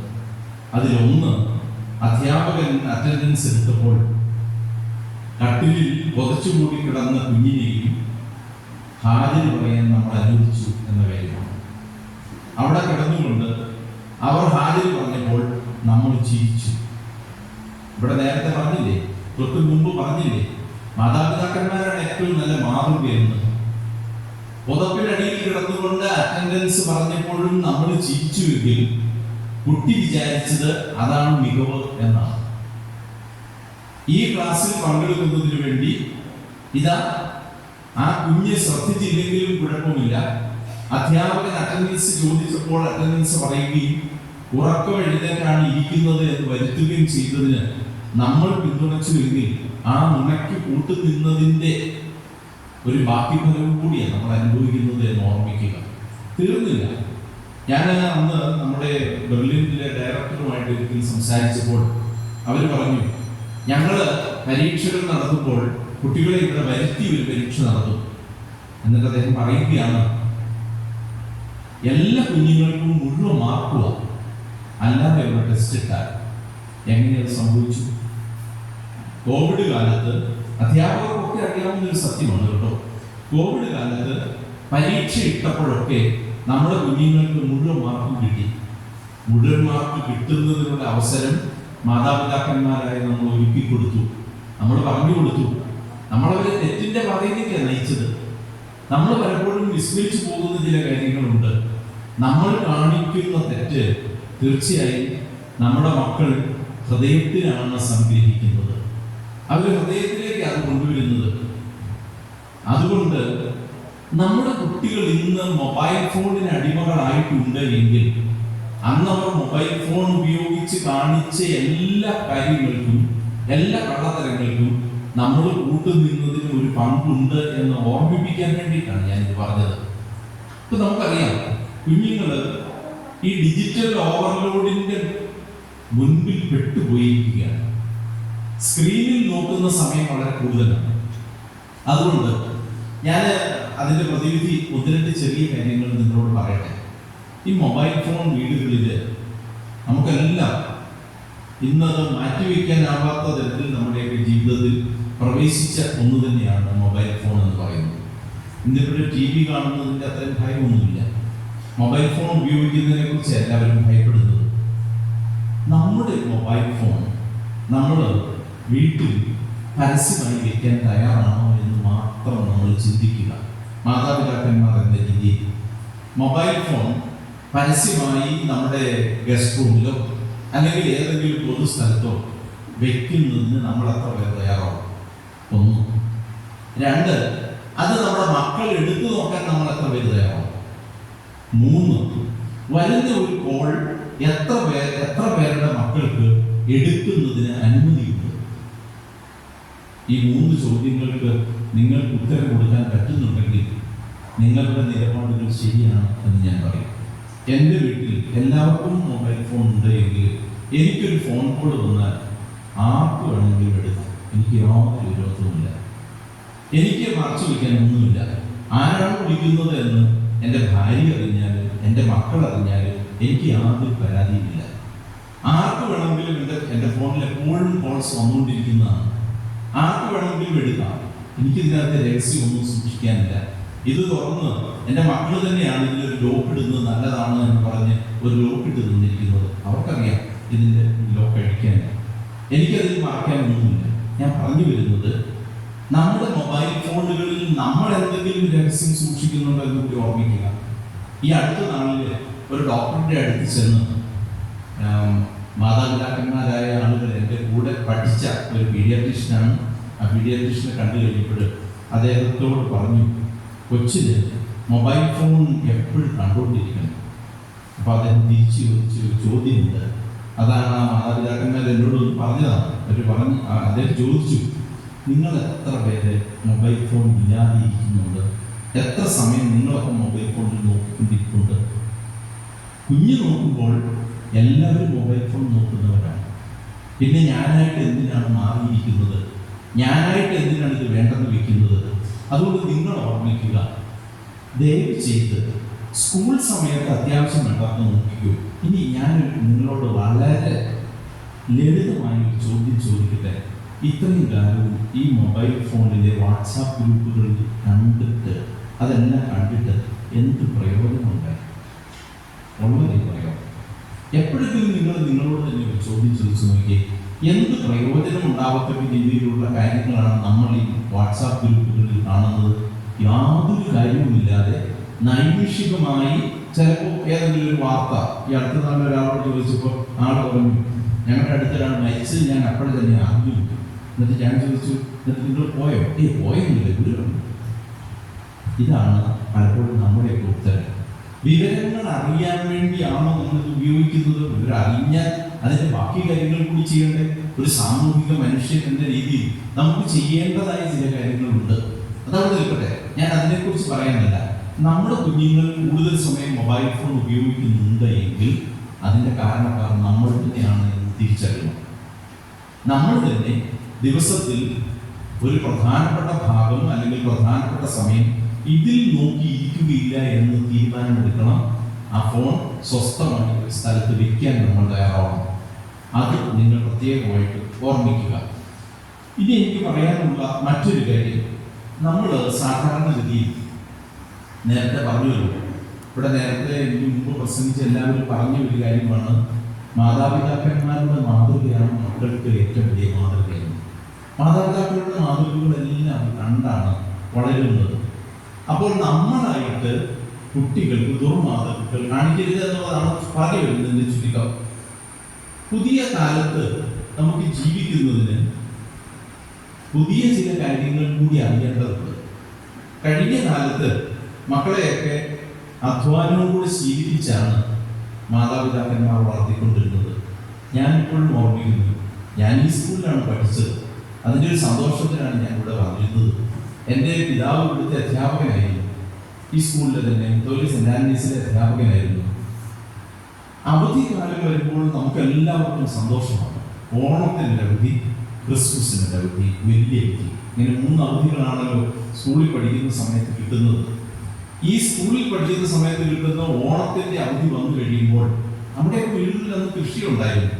ഇന്നിപ്പോഴാണ് കൃഷിയൊന്നും ലാഭമല്ലെന്ന് പറയുന്നത്. പഴയ കാലത്ത് നമ്മുടെ മാതാപിതാക്കന്മാർ കൃഷി ചെയ്തിരുന്ന സമയത്ത് ഒരിക്കലും കൃഷി ലാഭമാണോ നഷ്ടമാണോ എന്ന് അവർ ചിന്തിച്ചതായിട്ട് എനിക്കൊരിക്കലും തോന്നിയിട്ടില്ല. എല്ലാ കൃഷിയും ഉണ്ടായിരുന്നു. കപ്പയുണ്ടായിരുന്നു, ചേനയുണ്ടായിരുന്നു, ചേമ്പുണ്ടായിരുന്നു, കാച്ചിലുണ്ടായിരുന്നു, ഇതെല്ലാം കൃഷി ചെയ്തിരുന്നു. ഇഞ്ചി ഉണ്ടായിരുന്നു, മഞ്ഞൾ ഉണ്ടായിരുന്നു. ഉള്ള സ്ഥലത്ത് ഇതെല്ലാം കൃഷി ചെയ്യുന്ന ഒരു പാരമ്പര്യം നമുക്കുണ്ടായിരുന്നു. അങ്ങനെയുള്ള ഒരു സമയത്ത് ഓണത്തിന്റെ അവധി വരുമ്പോൾ മക്കളായി ഞങ്ങൾ ഏറ്റവും കൂടുതൽ സന്തോഷിക്കുന്നത് ഓണത്തിന്റെ അവധി വന്നാൽ കളിച്ചു നടക്കാം എന്നുള്ളതാണ്. അപ്പൊ അന്ന് വൈകുന്നേരം തന്നെ പിറ്റേ ദിവസത്തിന് വേണ്ട കളികളെല്ലാം പ്ലാൻ ചെയ്ത് കഴിയുമ്പോൾ പിതാവ് വിളിക്കും, എല്ലാവരും ഇങ്ങനെ വന്നേ. എന്നിട്ട് ഒരു ഒറ്റ നിർദ്ദേശം വന്നു. അതെങ്ങനെയായിരിക്കും? ഇത് നിങ്ങൾ കളിയൊക്കെ പ്ലാൻ ചെയ്യുന്നത് ഞാൻ കേട്ടു. നിങ്ങൾക്ക് ഇഷ്ടം പോലെ കളിക്കാനുള്ള സമയമുണ്ട് അവധിക്കാലത്ത്, അതിനുള്ള സമയം ഞാൻ തരാം. പക്ഷെ അതിനു മുമ്പ് നാളെ നിങ്ങൾ കപ്പയ്ക്കകത്ത് കയറി ആ കാട് മുഴുവൻ പറിച്ചു തീർക്കണം. എന്ന് കപ്പയ്ക്കകത്തെ കാട് പറിച്ച് തീരുന്നോ പിറ്റേ ദിവസം മുതൽ നിങ്ങൾ ഒരു കാര്യത്തിനും വിളിക്കുകയല്ല, മുഴുവൻ സമയം നിങ്ങൾക്ക് കളിക്കാൻ. ഇത് കേട്ടുകൊണ്ടാണ് പിറ്റേ ദിവസം നമ്മൾ കപ്പയ്ക്കകത്ത് കാട് പറിക്കുന്നതിന് വേണ്ടി കയറുന്നത്. സത്യം നമ്മൾ മനസ്സിലാക്കുന്നത് 1 മണിക്കൂർ കഴിയുമ്പോഴാണ്. ഒന്നും ആയിട്ടുമില്ല, കൈ പൊട്ടുകയും ചെയ്യും. എന്ത് ചെയ്യാൻ പറ്റും? അപ്പോൾ നമുക്ക് ഒരു കാര്യം മനസ്സിലായി, കളിക്കാൻ പറ്റില്ല. ഇത് പറിച്ച് തീരുക എന്ന് പറയുന്നത് നടപ്പുള്ള കഴിയുമല്ല. കഴിഞ്ഞ കാലത്തെ മാതാപിതാക്കന്മാർക്ക് വിദ്യാഭ്യാസമൊക്കെ കുറവായിരുന്നു. പക്ഷെ അവർക്ക് മക്കളെ എങ്ങനെയാണ് വളർത്തേണ്ടതെന്ന് അറിയാമായിരുന്നു. നിങ്ങളൊക്കെ ഒരുപക്ഷെ ഇത് അനുഭവിച്ചിട്ടുള്ളവരായിരിക്കും. ഇതുപോലെ തന്നെയാണ് ക്രിസ്മസിന്റെ അവധി വരുമ്പോൾ നമുക്ക് അസൈൻമെന്റ് വേറെ കിട്ടും. എന്താണ് അപ്പോൾ പറയുന്നത്? നിങ്ങളൊരു കാര്യം ചെയ്യുക, ആ കുരുമുളക് ചെടിയുടെ താഴെ കിടക്കുന്ന മുഴുവൻ കുരുമുളകും കറക്കി കഴിഞ്ഞാൽ പിന്നെ നിങ്ങൾക്ക് ഒരു പണിയില്ല. പിന്നെ ചിലപ്പോൾ പറയാവുന്നത് ആ കാപ്പിക്കുരു നിലത്ത് കിടക്കുന്നത് കൂടെ ഒന്ന് പറക്കണം. ഇത് 2 കഴിഞ്ഞ് പിന്നെ ഇഷ്ടം പോലെ കളിച്ചോളം പറയും. ഫലമെന്താ? ആ അവധിക്കാലം 10 ദിവസവും ഇതൊക്കെ ആയിട്ട് പോകും. ഞാനിത് എന്തിനാ പറഞ്ഞതെന്ന് അറിയുമോ? നമ്മൾ നമ്മുടെ മക്കളെ കൊണ്ട് എന്ത് ജോലികൾ ചെയ്യിപ്പിക്കുന്നുണ്ട്? അവർക്ക് മുഴുവൻ സമയവും അവരുടെ മുറികളിൽ ഇരിക്കാനാണ് ഇഷ്ടം, മൊബൈൽ ഫോണിൽ നോക്കാനാണ് ഇഷ്ടം. നമ്മൾ നമ്മുടെ കുഞ്ഞുങ്ങളെ ഒരു തൊഴിലും പഠിപ്പിക്കാതെയാണ് വളർത്തുന്നത്. ഗാന്ധിജി പറഞ്ഞു, ഞാൻ ആർക്കെങ്കിലും വിദ്യാഭ്യാസം നൽകുന്നുണ്ടെങ്കിൽ ഒരു കൈത്തൊഴിൽ പഠിപ്പിച്ചുകൊണ്ടായിരിക്കും ഞാൻ അവരെ വിദ്യ അഭ്യസിപ്പിക്കുന്നത് എന്ന് പറഞ്ഞ നമ്മുടെ രാഷ്ട്രപിതാവായ ഗാന്ധിജിയെ ഈ അവസരത്തിൽ ഓർമ്മിക്കുക. ഒരു പണിയും അറിയത്തില്ലാത്ത മക്കളായിട്ട് വളരുന്നു. പുതിയ തലമുറ അങ്ങനെയാണല്ലോ വളരുന്നത്. ചിലപ്പോൾ കണ്ടാൽ നല്ല കൊതിയായി തോന്നും. ഞാൻ ഈ കഴിഞ്ഞ ദിവസം ഇവിടുത്തെ പ്രസംഗിക്കാൻ പോയപ്പോൾ പറഞ്ഞു, ജീവിതത്തിൽ ഏറ്റവും ഭാഗ്യം കിട്ടിയ ഒരു തലമുറയാണ് എൻ്റെതൊക്കെ എന്ന് പറഞ്ഞു. അപ്പോൾ അവർ ചോദിച്ചു, അതെന്താ? ഒരു ഗെൽഡേഴ്സ് സ്പോർട്ടിൽ പോയതാ. അപ്പം ഞാൻ പറഞ്ഞു, നിങ്ങളെല്ലാം ആ വിഭാഗത്തിൽ പെടുന്നതാണ്. അപ്പോൾ അവർ ചോദിച്ചു, അതെന്താ അങ്ങനെ പറയാൻ കഴിയും? ഞാൻ പറഞ്ഞു, വിവാഹം കഴിച്ചിട്ട് ഭാര്യ വസ്ത്രങ്ങൾ അലക്കിത്തരും, പാത്രങ്ങൾ കഴുകിത്തരും, ഭക്ഷണം ഉണ്ടാക്കിത്തരും, എല്ലാം ചെയ്യുന്ന നല്ലൊരു ഭാര്യയെ കിട്ടി. അതാണ് ജീവിതത്തിലെ ഏറ്റവും വലിയ ഭാഗ്യം. പുതിയ തലമുറയിലെ മക്കളൊക്കെ എങ്ങനെയാണ് കഴിയുന്നതെന്ന് നമുക്കറിയാം. ഭാര്യ പറയും ഭർത്താവിനോട്, എഴുന്നേറ്റ് വാ, നമുക്ക് 2 പേർ കൂടെ അടുക്കളയിൽ ജോലി ചെയ്യാം. നല്ല കാര്യം മോശമാണെന്നൊന്നും ഞാൻ പറയുന്നില്ല. പക്ഷേ ഭാര്യയും ഭർത്താവും കൂടെ ഒരുമിച്ച് ജോലി ചെയ്ത് വളരുന്നതിനെ എതിർത്തുകൊണ്ടല്ല പറയുന്നത്. ഞാൻ ഇപ്പോഴും ഓർക്കുന്നു, ഒരു സിവിൽ സപ്ലൈസ് കോർപ്പറേഷൻ്റെ MD ആയിട്ട് റിട്ടയർ ചെയ്ത ഒരാള് എന്നോട് പറയുകയാണ്, എൻ്റെ സാബു, എന്നാലും എൻ്റെ ഭാര്യ എൻ്റെ മകനെ കൊണ്ട് പാത്രം കഴിക്കുന്നു എന്ന് ഓർക്കുമ്പോൾ സങ്കടമാണ്. അദ്ദേഹം പറഞ്ഞ ഒരു കാര്യമാണ്. കാരണം അദ്ദേഹം ഒരിക്കൽ പോലും പാത്രം കഴുകിയിട്ടില്ല, പാത്രം കഴുകാതെ വളർന്നു. പക്ഷെ പുതിയ തലമുറ അങ്ങനെയല്ല. പുതിയ തലമുറ തികച്ചും വ്യത്യസ്തമായ രീതിയിലാണ് വളരുന്നത് എന്ന കാര്യത്തിൽ സംശയമില്ല. അവർ ഭാര്യയും ഭർത്താവും ഒരുമിച്ച് ജോലി ചെയ്യുന്നു. അടുത്ത ദിവസങ്ങളിൽ ഞാൻ മറ്റൊന്നും നിങ്ങൾ വിചാരിക്കരുത്, ചെന്നൈയിൽ നിന്നുള്ള ഒരു ഭാര്യയും ഭർത്താവും അവരുടെ ജീവിതത്തെക്കുറിച്ച്, വിവാഹം കഴിഞ്ഞ് 2-3 മാസമേ ആയുള്ളൂ, അവരുടെ വിവാഹ ജീവിതത്തെക്കുറിച്ച് ചോദിച്ചപ്പോൾ വളരെ രസകരമായ കുറേ വിവരങ്ങൾ കിട്ടി. നമ്മളൊക്കെ എത്ര പെട്ടെന്ന് അമേരിക്കക്കാരെ പോലെ യൂറോപ്പുകാരെ പോലെയൊക്കെ ആയത് എന്ന് ഞാൻ ഓർമ്മിച്ചു. എന്താണെന്ന് അറിയുമ്പോൾ രാവിലെ ഭാര്യയ്ക്ക് ഫ്രൂട്ട്സ് മാത്രം മതി. എന്ത് സന്തോഷകരമായ ജീവിതം. ഫ്രൂട്ട്സ് ഏതെങ്കിലും ഒരു ആപ്പിളോ ഒരു പഴമോ ഒക്കെ കഴിച്ചാൽ സന്തോഷമായി. ഭർത്താവിനാകട്ടെ 2 കഷ്ണം ബ്രെഡ് മതി. ഉച്ചയ്ക്ക് വേറെ ഒന്നും ആവശ്യമില്ല. ഈ ഭൂമി മലയാളത്തിലല്ല, ചെറിയ ജീവിക്കുന്ന 2 പേരുടെ കാര്യമാണ്. ഉച്ചയ്ക്ക് 2 പേരും ഫാസ്റ്റിംഗ് ആണ്. വൈകുന്നേരം ഭാര്യ വീട്ടിൽ നിന്ന് ജോലി ചെയ്യുന്നു, ഭർത്താവ് ഓഫീസിൽ നിന്ന് തിരിച്ചു വന്നു കഴിയുമ്പോൾ മിക്കവാറും പുറത്തു പോകുന്നു, അല്ലെങ്കിൽ 2 പേരും ഒരുമിച്ച് ഭക്ഷണം പാകം ചെയ്യുന്നു. കേൾക്കുമ്പോൾ തന്നെ എന്തൊരു സുഖമാണ്. നമ്മൾ രാവിലെ 5 മണി മുതൽ പഴയകാല തലമുറയൊക്കെ ഭക്ഷണം പാകം ചെയ്തിരുന്നത് രാവിലെ 5 മണി തൊട്ട് വൈകുന്നേരം 10:30 വരെയോ 11 മണി വരെയോ ഒക്കെ ഭക്ഷണം പാകം ചെയ്തത് നിങ്ങളുടെയൊക്കെ അമ്മച്ചിയെ ഓർമ്മിക്കുന്നുണ്ടാവും. ഞാൻ എന്തിനാ ഇത് പറഞ്ഞത് എന്ന് ചോദിച്ചാൽ, നമ്മുടെ മക്കളെ തൊഴിലൊക്കെ അഭ്യസിപ്പിക്കണം, എന്തെങ്കിലും ചെറിയ കാര്യങ്ങൾ പഠിപ്പിക്കണം. എന്നോടൊരു നമ്മുടെ ഈ നാട്ടുകാരൻ തന്നെയായ ഒരാൾ പറയുകയാണ്, നമ്മുടെ പുതിയ തലമുറയിലെ മക്കൾ അവരുണ്ടല്ലോ, അച്ഛൻ എന്തെങ്കിലും ജോലി ചെയ്യുകയാണെങ്കിൽ അവിടെ വന്ന് സൂപ്പർവൈസറെ പോലെ നിൽക്കും, ഒരു കാര്യവും ചെയ്തു തരികയില്ല. എന്നിട്ട് അദ്ദേഹം പറയുകയാണ്, നമ്മളൊക്കെ ചെറുപ്പത്തിൽ ശീലിച്ചത് എന്താണ്? ചാച്ചൻ പണിയെടുക്കാൻ പോയാൽ അപ്പോൾ തന്നെ ഒരായുധവും എടുത്തുകൊണ്ട് പണിയുന്നതിന് അച്ഛൻ്റെ അല്ലെങ്കിൽ ചാച്ചൻ്റെ കൂടെ പോവുക എന്നുള്ളതായിരുന്നു നമ്മുടെയൊക്കെ രീതി. പുതിയ തലമുറ അങ്ങനെയൊന്നുമല്ല. അവർ ചെന്ന് കണ്ടു നിൽക്കും, ഒരു ജോലിയും ചെയ്യാൻ അറിയില്ല, ഒരു തേങ്ങ മുതിക്കാൻ പോലും അറിയത്തില്ലാത്ത എത്രയോ മക്കളുണ്ട്. ഞാൻ ആരെയും കുറ്റപ്പെടുത്തിയല്ല സംസാരിക്കുന്നത്. നമ്മുടെ മക്കൾ നമ്മുടേതായിട്ടാണ് വളരേണ്ടത് എന്ന് പ്രത്യേകമായിട്ട് ഓർമ്മിക്കുക. പഠിക്കുന്നതിന് അനുകൂലമായ സാഹചര്യങ്ങളൊക്കെ നമ്മൾ ഒരുക്കണം. എന്താണ് ഈ പഠിക്കുന്നതിന് അനുകൂലമായ സാഹചര്യം എന്ന് പറയുന്നത്? പലപ്പോഴും പല വീടുകളിലും നമ്മൾ പറയും കസേര കൊടുത്തിട്ടുണ്ട്, മേശ കൊടുത്തിട്ടുണ്ട്, എല്ലാ സൗകര്യങ്ങളും ചെയ്തു കൊടുത്തിട്ടുണ്ട്, പിന്നെ ഇവർക്കെന്നെ പഠിച്ച. പലപ്പോഴും പ്രോഗ്രസ് കാർഡ് ഉൾപ്പെടുന്ന സമയത്തൊക്കെയാണ് നമ്മൾ കുട്ടികളോട് ഏറ്റവും കൂടുതൽ വഴക്ക് ഉണ്ടാക്കുന്നത്. ഞാൻ നിങ്ങളോട് പറയുന്നത്, ദയവ് ചെയ്ത് അങ്ങനെ ചെയ്യരുത്. നിങ്ങൾ പ്രോഗ്രസ് കാർഡ് കയ്യിൽ കിട്ടുകയാണെങ്കിൽ ഒപ്പിടുന്നതിന് വേണ്ടി കൊണ്ടുവരുന്ന സമയത്ത് അത് ഒപ്പിട്ട് കൊടുത്തേക്കണം. നമ്മളൊക്കെ പ്രോഗ്രസ് കാർഡുമായിട്ട് ചാച്ചൻ്റെ മുമ്പിൽ ചെന്നത് എങ്ങനെയാണെന്ന് നിങ്ങളൊക്കെ ഓർമ്മിക്കുന്നില്ലേ? അപ്പോഴാണ് രാമായണവും സീതയും ഒക്കെ ഓർമ്മ വരുന്നത്. എന്താണ് സീത അന്നേരം പ്രാർത്ഥിച്ചത്? എന്താണ് ഏറ്റവും അവസാനം പ്രാർത്ഥിച്ചത്? ഈ ഭൂമി തന്നെ അങ്ങ് വിളർന്നു പൊക്കോട്ടെ, ഞാൻ അതിനകത്തോട്ടായി പോട്ടെ എന്നാണ്. നമ്മളിൽ പലരും പ്രോഗ്രസ് കാർഡുമായിട്ട് ചാച്ചൻ്റെയോ അച്ഛൻ്റെയോ ഒക്കെ അടുത്ത് ചെന്നത് അങ്ങനെ പ്രാർത്ഥിച്ചുകൊണ്ടാണ്. ഇപ്പൊ ഇവിടെ വീട് മരിച്ച പോലും സന്തോഷം എന്ന് പറഞ്ഞുകൊണ്ടാണ് നമ്മളെല്ലാം പ്രോഗ്രസ് കാർഡ് ഒപ്പിടിപ്പിക്കാൻ ചെന്നത്. അപ്പോഴല്ല നമ്മൾ കുട്ടികളോട് ഇത് പറയേണ്ടത്. കുട്ടികൾക്ക് പഠിക്കുന്നതിനുള്ള ഒരു അന്തരീക്ഷം ഒരുക്കണം എന്നാണ് ഞാൻ പറയുന്നത്. എന്താണ് ഈ അന്തരീക്ഷം ഒരുക്കുക എന്ന് പറയുന്നത്? അന്തരീക്ഷം ഒരുക്കുക എന്നത് ഞാൻ പറഞ്ഞതുപോലെ ഭൗതിക സാഹചര്യങ്ങൾ മാത്രം ഒരുക്കുകയല്ല, മറിച്ച് നമ്മുടെ വീട്ടിൽ അത്തരത്തിലുള്ള ഒരു അറ്റ്മോസ്ഫിയർ ക്രിയേറ്റ് ചെയ്യണം. എന്താ ഈ അങ്ങനെയുള്ള ഒരു അന്തരീക്ഷം ഉണ്ടാക്കുക എന്ന് പറഞ്ഞാൽ, പലപ്പോഴും പല വീടുകളിലും മാതാപിതാക്കന്മാർ തമ്മിൽ കലഹിക്കുക എന്ന് പറയുന്നത് ഒരു പതിവ് പരിപാടിയാണ്. നമ്മൾ വർഷങ്ങൾക്ക് മുമ്പ് മലയാള മനോരമ അവരുടെ ബാലജനസഖ്യത്തിൻ്റെ ആഭിമുഖ്യത്തിൽ ഒരു ക്യാമ്പ് നടത്തി. എല്ലാ വിദ്യാഭ്യാസ രീതിയിലും മികച്ച മാർക്ക് നേടിയ ഒരാളിനെ വെച്ചാണ് അവർ ക്യാമ്പിന് ആളുകളെ വിളിച്ചത്.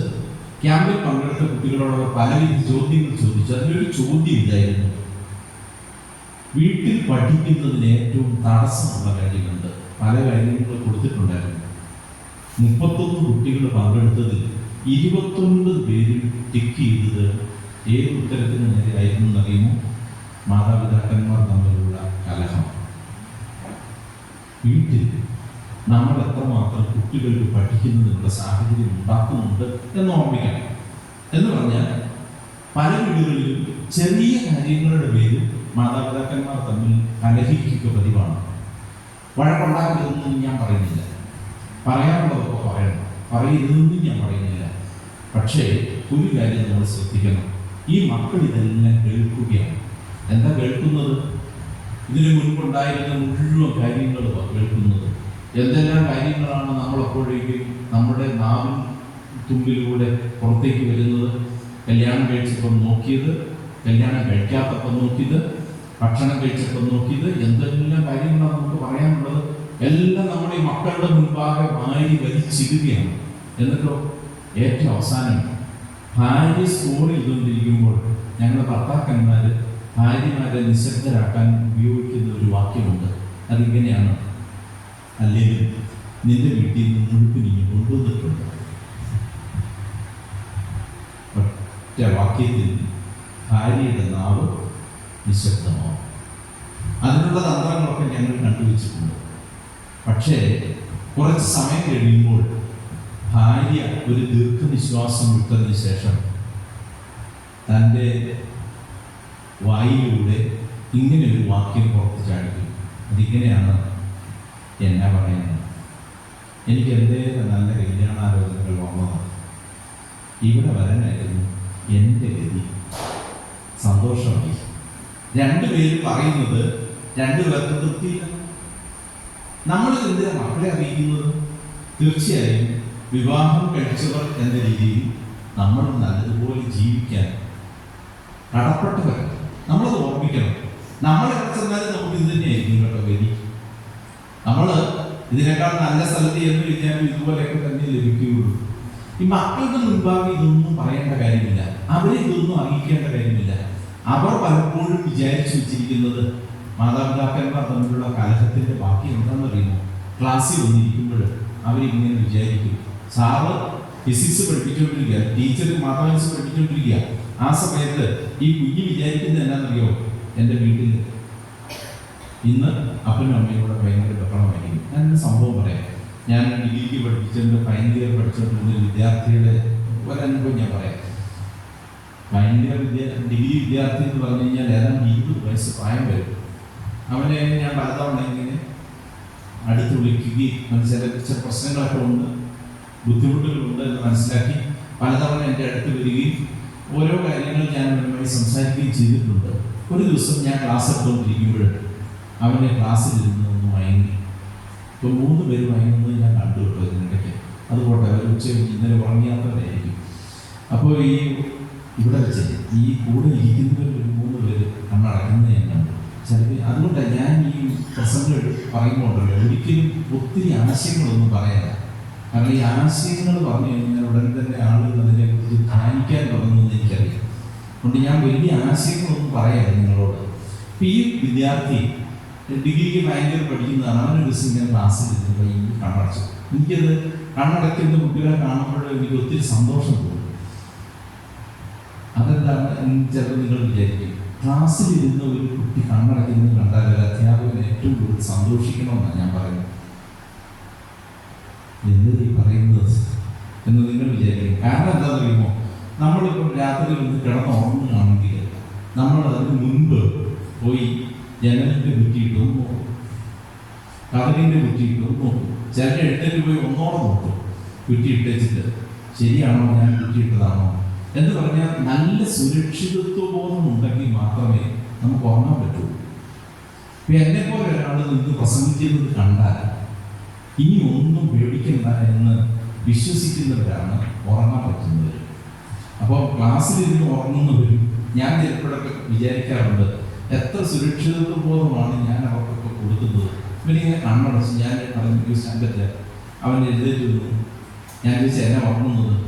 അപ്പോൾ അവന് കരയാൻ തുറക്കുന്ന പോലെ എനിക്ക് തോന്നി. ഞാൻ പറഞ്ഞു സിറ്റർ. ഈ അവർ കഴിയുമ്പോൾ എന്നെ ഒന്ന് കാണണമെന്ന് പറഞ്ഞു. അവർ കഴിഞ്ഞപ്പോൾ അവരെന്നെ ഒന്ന് കണ്ടു കഴിഞ്ഞപ്പോൾ അവൻ്റെ അടുത്ത് വന്നു നിന്ന് കരയുക. 20 വയസ്സുള്ള ആൺകുട്ടി കരയുന്നത് കാണുമ്പോൾ നമുക്കത്ര സന്തോഷകരമായ കാര്യമൊന്നുമല്ല കേട്ടോ. ഒരു ആരാണെങ്കിൽ കരയുന്നത് നമുക്ക് വലിയ വിഷമം ഉണ്ടാകുന്ന ഒരു കാര്യമാണ്. എന്നിട്ട് ഇവർ എന്നോട് പറഞ്ഞൊരു കാര്യമുണ്ട്. സാറിന് അറിയാവുന്നത് എൻ്റെ പിതാവ് ഒരു ഫാക്ടറിയിലെ ജോലിക്കാരനാണ്, നല്ലതുപോലെ കുടിക്കും. അമ്മ ഒരു സർജറി കഴിഞ്ഞ് കിടക്കുകയാണ്, വീട് പണി നടന്നുകൊണ്ടിരിക്കുകയാണ്, പണി തീർന്നിട്ടില്ല. അപ്പോൾ അമ്മ ഇങ്ങനെ കിടക്കുന്ന സമയത്ത്, അമ്മ സർജറി കഴിഞ്ഞ് കട്ടിലെ കിടക്കുന്ന സമയത്ത് അപ്പനുമായിട്ട് വഴക്കുണ്ടാക്കി. വന്ന ദിവസം രാത്രി വഴക്കുണ്ടാക്കിയതിന് ശേഷം അപ്പൻ അമ്മയോട് പറയുന്നത് ഞാൻ കേട്ടു, ഇന്ന് നിന്നെ ഞാൻ കൊല്ലും. സാറേ, രാത്രി മുഴുവൻ ഞാൻ ഉറക്കം അടച്ച് കാത്തിരിക്കുകയായിരുന്നു. എൻ്റെ അപ്പൻ എൻ്റെ അമ്മയെങ്ങാനും കൊന്നാൽ പിടിക്കാൻ വേണ്ടി നോക്കി നമ്മൾ പറയുന്ന ഓരോ വാക്കും മക്കൾ എങ്ങനെയാണ് എടുക്കുന്നതെന്ന് മനസ്സിലാക്കാൻ വേണ്ടിയിട്ടാണ് ഞാൻ പറഞ്ഞത്. നമുക്കറിയാമായിരിക്കും ഒരുപക്ഷെ തമാശാണെന്ന്, പക്ഷെ കുട്ടികളുടെ മുമ്പിൽ നാം എപ്പോഴും ഓർമ്മിക്കുക, നമ്മൾ ഒരു കാരണവശാലും അവരുടെ മനസ്സിനെ വേദനിപ്പിക്കത്തക്ക രീതിയിൽ നാം സംസാരിക്കരുത്. വിദ്വേഷം പാടില്ല. ഇനി ഏതെങ്കിലും കാരണവശാൽ നിങ്ങൾക്കൊരു ദിവസം ഒരു വഴക്കുണ്ടാക്കണമെന്ന് വിചാരിച്ചു, അന്ന് ഒരു 7 മണിയാകുമ്പോഴേ കുട്ടികളോട് പറയുക, അത്താഴമൊക്കെ കൊടുത്തിട്ട് നിങ്ങൾ നേരത്തെ കിടന്നുറങ്ങിക്കും എന്ന് പറയുക. എന്നിട്ട് അവർ കേൾക്കാതെ നിങ്ങൾക്ക് പറയാനുള്ളതെല്ലാം പറയുക. ഞാനിത് പറഞ്ഞത് എന്തിനെന്ന് ചോദിച്ചാൽ, പഠിക്കാനുള്ള സാഹചര്യങ്ങൾ എന്ന് പറയുന്നത് നമ്മൾ വിചാരിക്കുന്നത് പോലെ എല്ലാവിധ സൗകര്യങ്ങളും ഒന്നുമല്ല. നല്ല കസേരയോ കുഷ്യനിട്ട കസേരകളോ കൊടുക്കുന്നതിലല്ല. അവർക്ക് ഏത് സാഹചര്യമാണ് പഠിക്കാൻ പറ്റുന്നത് എങ്കിൽ അത് അറിഞ്ഞ് അതിന് വേണ്ട സഹായം ചെയ്തു കൊടുക്കുക എന്നുള്ളതാണ്. അതേപോലെ തന്നെ എനിക്ക് പറയാനുള്ള ഒരു കാര്യമാണ്, നിങ്ങൾ കുട്ടികൾ പഠിക്കാനിരിക്കുമ്പോൾ എപ്പോഴും ഓർമ്മിക്കുക, ടിവിയും മൊബൈൽ ഫോണും കണ്ടുകൊണ്ട് കുട്ടികളെ പഠിക്കാൻ നിർബന്ധിക്കരുത്. പിള്ളേരോട് പോയിട്ട് പഠിക്കുക എന്ന് പറഞ്ഞു വെച്ചിട്ട് നിങ്ങൾ മുഴുവൻ നേരവും വാട്സാപ്പ് നോക്കി അല്ലെങ്കിൽ യൂട്യൂബ് നോക്കിക്കൊണ്ടിരുന്നാൽ കുഞ്ഞുങ്ങൾ എപ്പോഴെങ്കിലും പുറത്ത് വരുന്നത് സമയത്ത് നിങ്ങളിത് കണ്ട് ആസ്വദിച്ചുകൊണ്ടിരിക്കാൻ അവർ വിചാരിക്കും ഞങ്ങൾക്കും ഇതൊക്കെ ആയിക്കൂടെ. സ്വാഭാവികമായി അവർ വിചാരിക്കുന്നതാണ് ഞങ്ങൾക്കും ഇതൊക്കെ ആയിക്കൂടെ, അപ്പൊ ഞങ്ങൾ ഇതൊക്കെ ചെയ്തുകൊള്ളാം. മക്കള് നിങ്ങൾ ഓർമ്മിക്കുക, പഠിക്കാനിരിക്കുന്ന നേരത്തെ ഇവിടെ ആരോ പറഞ്ഞു, കഥകൾ തുറന്നിട്ട് പഠിക്കാൻ നിങ്ങൾ കുട്ടികളെ പഠിപ്പിക്കണം. നിങ്ങളുടേതായ ശബ്ദമൊന്നും അവരുടെ അടുത്ത് ചെല്ലുന്നില്ല എന്ന് നിങ്ങൾ ഉറപ്പുവരുത്തണം. അതേപോലെ തന്നെയാണ് നിങ്ങൾ ഓർമ്മിക്കുക, നിങ്ങൾ അവർ പഠിക്കുന്ന സമയം മുഴുവൻ ഉറക്കടച്ച് മാതാവോ പിതാവോ ആരെങ്കിലും ഒരാൾ തീർച്ചയായും കുട്ടിയോടൊപ്പം ഉണ്ടാവണം. നിങ്ങൾ 8:30 ആകുമ്പോഴേക്കും കിടക്കാൻ തുടങ്ങിയാൽ കുഞ്ഞെന്താ ചെയ്യുന്നതെന്ന് നമ്മൾ അറിയില്ല. കുഞ്ഞുങ്ങളുടെ മുറിയിലേക്ക് എപ്പോഴും നമുക്ക് കയറി ചെല്ലാൻ പറ്റണം. നമ്മൾ എപ്പോഴും വേണമെങ്കിൽ ചെന്ന് നീ എന്തെടുക്കുകയാണോ എന്ന് നോക്കാനുള്ള സ്വാതന്ത്ര്യം മാതാവിനും പിതാവിനും ഉണ്ട് എന്ന് നമ്മൾ തിരിച്ചറിയണം. പല വീടുകളിലും മക്കള് പഠിക്കാനിരിക്കുന്നതിന് മുമ്പ് തന്നെ കഥകിന് കുറ്റിയിടും. കഥകിന് കുറ്റിയിട്ടാൽ പിന്നെ അവരുടെ ലോകമാണ്. നമ്മൾ അറിയുന്നില്ല അവിടെ എന്താ സംഭവിക്കുന്നത്. അവൻ 12 മണിയായിട്ട് കിടന്നത് എന്നൊക്കെ നമ്മൾ വിചാരിക്കും. എന്താണ് അവൻ അവിടെ ചെയ്തുകൊണ്ടിരുന്നത്, അവൻ എന്ത് കണ്ടുകൊണ്ടിരിക്കുകയായിരുന്നു, അവൻ എന്ത് പഠിക്കുകയായിരുന്നു, എന്ത് വായിക്കുകയായിരുന്നു എന്നിങ്ങനെയുള്ള കാര്യങ്ങളൊക്കെ മനസ്സിലാക്കണമെങ്കിൽ സ്വാഭാവികമായും കഥകൾ തുറന്നിട്ട് ഇനി കുറ്റിയിട്ടില്ലെങ്കിൽ കുറ്റിയിടാതെ ചേർത്തടച്ചാലും നമ്മൾ ദ്വേഷം പറയണ്ട. അവർക്കതാണ് കുറച്ചുകൂടെ ശബ്ദം ചെല്ലാതിരിക്കാൻ സൗകര്യമെങ്കിൽ. പക്ഷെ നമുക്ക് എപ്പോൾ വേണമെങ്കിലും മുറിക്ക് അകത്തേക്ക് കയറി ചെല്ലാൻ സാധിക്കണം. നല്ല പോയിന്റ് ആയിരുന്നുകൊണ്ടാണ് പടക്കം പൊട്ടിയത്. അപ്പോ നിങ്ങൾ ഓർമ്മിക്കുക, നമ്മുടെ കുഞ്ഞുങ്ങൾ തീർച്ചയായും നമ്മുടെ കൂടെയാണ് വസിക്കുന്നതെന്നും നമ്മളാണ് അവരെ വളർത്തുന്നതെന്നും നമ്മുടെ മനസ്സിലുണ്ടാവണം. അതുകൊണ്ടാണ് ഞാൻ പറഞ്ഞത്, അവരുടെ മുറിയിൽ കയറാൻ നമുക്ക് സാധിക്കണം. അവർ പഠിക്കുന്നത് എന്ത് എന്ന് കാണാൻ നമുക്ക് സാധിക്കണം. ആ സമയത്ത് നിങ്ങൾ 2 പേരും കൂടെ ഇന്ന് ഒരിക്കലും നേരത്തെ പറഞ്ഞതുപോലെ പരസ്പരം വിദ്വേഷം പറയാൻ ഇടവരുത്തിയേക്കരുത്. നിങ്ങൾ ഒരു കാര്യം ചെയ്യുക, നല്ല പുസ്തകങ്ങളൊക്കെ വായിക്കുക. ഒരു 2-3 പുസ്തകങ്ങളൊക്കെ വാങ്ങിച്ചു വെച്ചിട്ട്, ഡോക്ടർ APJ അബ്ദുൽ കലാമിന്റെ പുസ്തകങ്ങളുണ്ട്, ബോബി അച്ഛൻ്റെ പുസ്തകങ്ങളുണ്ട്. അങ്ങനെ വായിക്കേണ്ടവർക്ക് അങ്ങനെ വായിക്കും. വേണ്ട, ഒരു നോവൽ എടുത്ത് വെച്ച് വായിച്ചൊക്കെ ഒരു കുഴപ്പമില്ലേ. പയ്യെ കുറേശ്ശെ നിങ്ങൾക്ക് വായിക്കാൻ പറ്റും. ഒരു ദിവസം ഒരു കുറച്ച് വായിച്ചിട്ട് അടുത്തത്. അപ്പോൾ കുട്ടികൾക്ക് എന്താ എൻ്റെ ഗുണം എന്നറിയാം. ഒന്ന് വായനയുടെ കൂടിയാണ്. ഈ വായന കാണുമ്പോൾ സ്വാഭാവികമായും നമുക്ക് എന്തെല്ലാം കാര്യങ്ങൾ അറിയാനും മനസ്സിലാക്കാനും ഒക്കെ ആയിട്ടുണ്ട്. അത് കുഞ്ഞുങ്ങളിൽ കൂടി ഇതാ ഞങ്ങളുടെ അച്ഛനും അമ്മച്ചിയും കണ്ടോ, അച്ഛനും അമ്മയും കണ്ടോ, പുസ്തകം വായിക്കുന്നുണ്ട്, അതിനകത്തു നിന്ന് കുറച്ച് കാര്യങ്ങൾ കിട്ടാനുണ്ട് എന്ന് അവർക്ക് തന്നെ മനസ്സിലാവാൻ അത് കാരണമാവും. അതുകൊണ്ട് കുഞ്ഞുങ്ങൾക്ക് മാതൃകയാവുക എന്ന് പറയുന്നതും പഠിക്കുന്നതിലേക്ക് തിരിയുക എന്ന് പറയുന്നതും നമ്മൾ ഇത്തരം കാര്യങ്ങളിലൂടെയാണ് ചെയ്യേണ്ടതെന്ന് പ്രത്യേകം ഓർമ്മിപ്പിക്കട്ടെ. ഇനി ഇങ്ങനെ നമ്മൾ ഇരിക്കുന്നതുകൊണ്ട് എന്താ ഗുണം? അവര് തീർച്ചയായും അവർക്കൊരു ഭയം കാണും. എപ്പോൾ വേണമെങ്കിലും മാതാപിതാക്കന്മാർക്ക് മുറിയിലേക്ക് കയറി വരാൻ പറ്റും. അത് മാത്രമല്ല, നിങ്ങൾക്കറിയാം, ഈ നമ്മുടെ കുട്ടികൾ ഒരു 13 വയസ്സ് മുതൽ 19 വയസ്സ് വരെയുള്ള കുട്ടികൾ അവര് ടീനേജേഴ്സ് ആണ് വിളിക്കുന്നത്. കാരണം 13 to 13, 14, 15, 16 തൊട്ട് 19 വരെയുള്ള ഏറ്റവും അവസാനത്തെ ടീൻ, അത് ചേർത്താണ് ടീനേജേഴ്സ് എന്ന് വിളിക്കുന്നത്. ഈ ടീനേജ് എന്ന് പറയുന്നത് നമ്മളെല്ലാം കടന്നു പോകുന്ന ടീനേജിൽ കൂടെ. ടീനേജ് എന്ന് പറയുന്നത് ആകെ അസ്വസ്ഥത ഉണ്ടാക്കുന്ന ഒരു കാലമാണ്. ഈ അസ്വസ്ഥത ഉണ്ടാക്കുന്ന കാലത്ത് അവരുടെ ശരീരത്തിന്റെ വളർച്ച അവർക്ക് അസ്വസ്ഥത ഉണ്ടാക്കുന്നു. അവരെ ആളുകൾ നോക്കുന്നതായിട്ട് അവർ വിചാരിക്കുന്നു. അവരുടെ ദേഹം വിയർക്കുന്നു. അവരുടെ ശരീരത്തിൽ മുഴുവൻ മാറ്റങ്ങൾ വരുന്നു. ഇങ്ങനെയുള്ള ഒരു മാറ്റത്തിന്റെ കാലമാണ്. ഈ നവീകരണത്തിനകത്ത് പറയുന്ന പോലെ യൗവനം വന്ന് ഉദിച്ചിട്ടും ചെറുതായില്ല ചെറുപ്പം എന്ന് പറയുന്ന ഒരവസ്ഥയാണ്. അവർ കുഞ്ഞുങ്ങളും വലുതാവുകയും ചെയ്തു. രണ്ടും അല്ലാത്ത ഒരവസ്ഥയാണ്.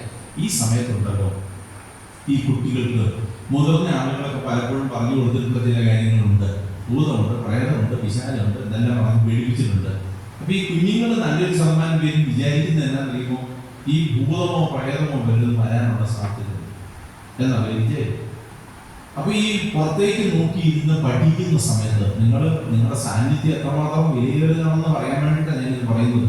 പുറത്തേക്ക് നോക്കിയിരിക്കുന്ന സമയത്ത് എന്തെങ്കിലുമൊക്കെ അനങ്ങുകയോ മാറുകയോ ഒക്കെ ചെയ്തു കഴിയുമ്പോൾ ഈ പാവം കുഞ്ഞുങ്ങൾ വിചാരിക്കുന്ന എന്താണെന്നറിയുമോ, അത് വിശാലാണ്, അല്ലെങ്കിൽ കള്ളനാണ്, അത് പ്രേതമാണ്. അവരുടെ മനസ്സിൽ കിടക്കുന്ന ഭയം മുഴുവൻ പുറത്തു ചാടുന്ന ഒരു സമയമാണ്. ആ സമയത്ത് നിങ്ങൾ അവിടെ ഉറക്കളച്ച് ഇരിപ്പുണ്ട്.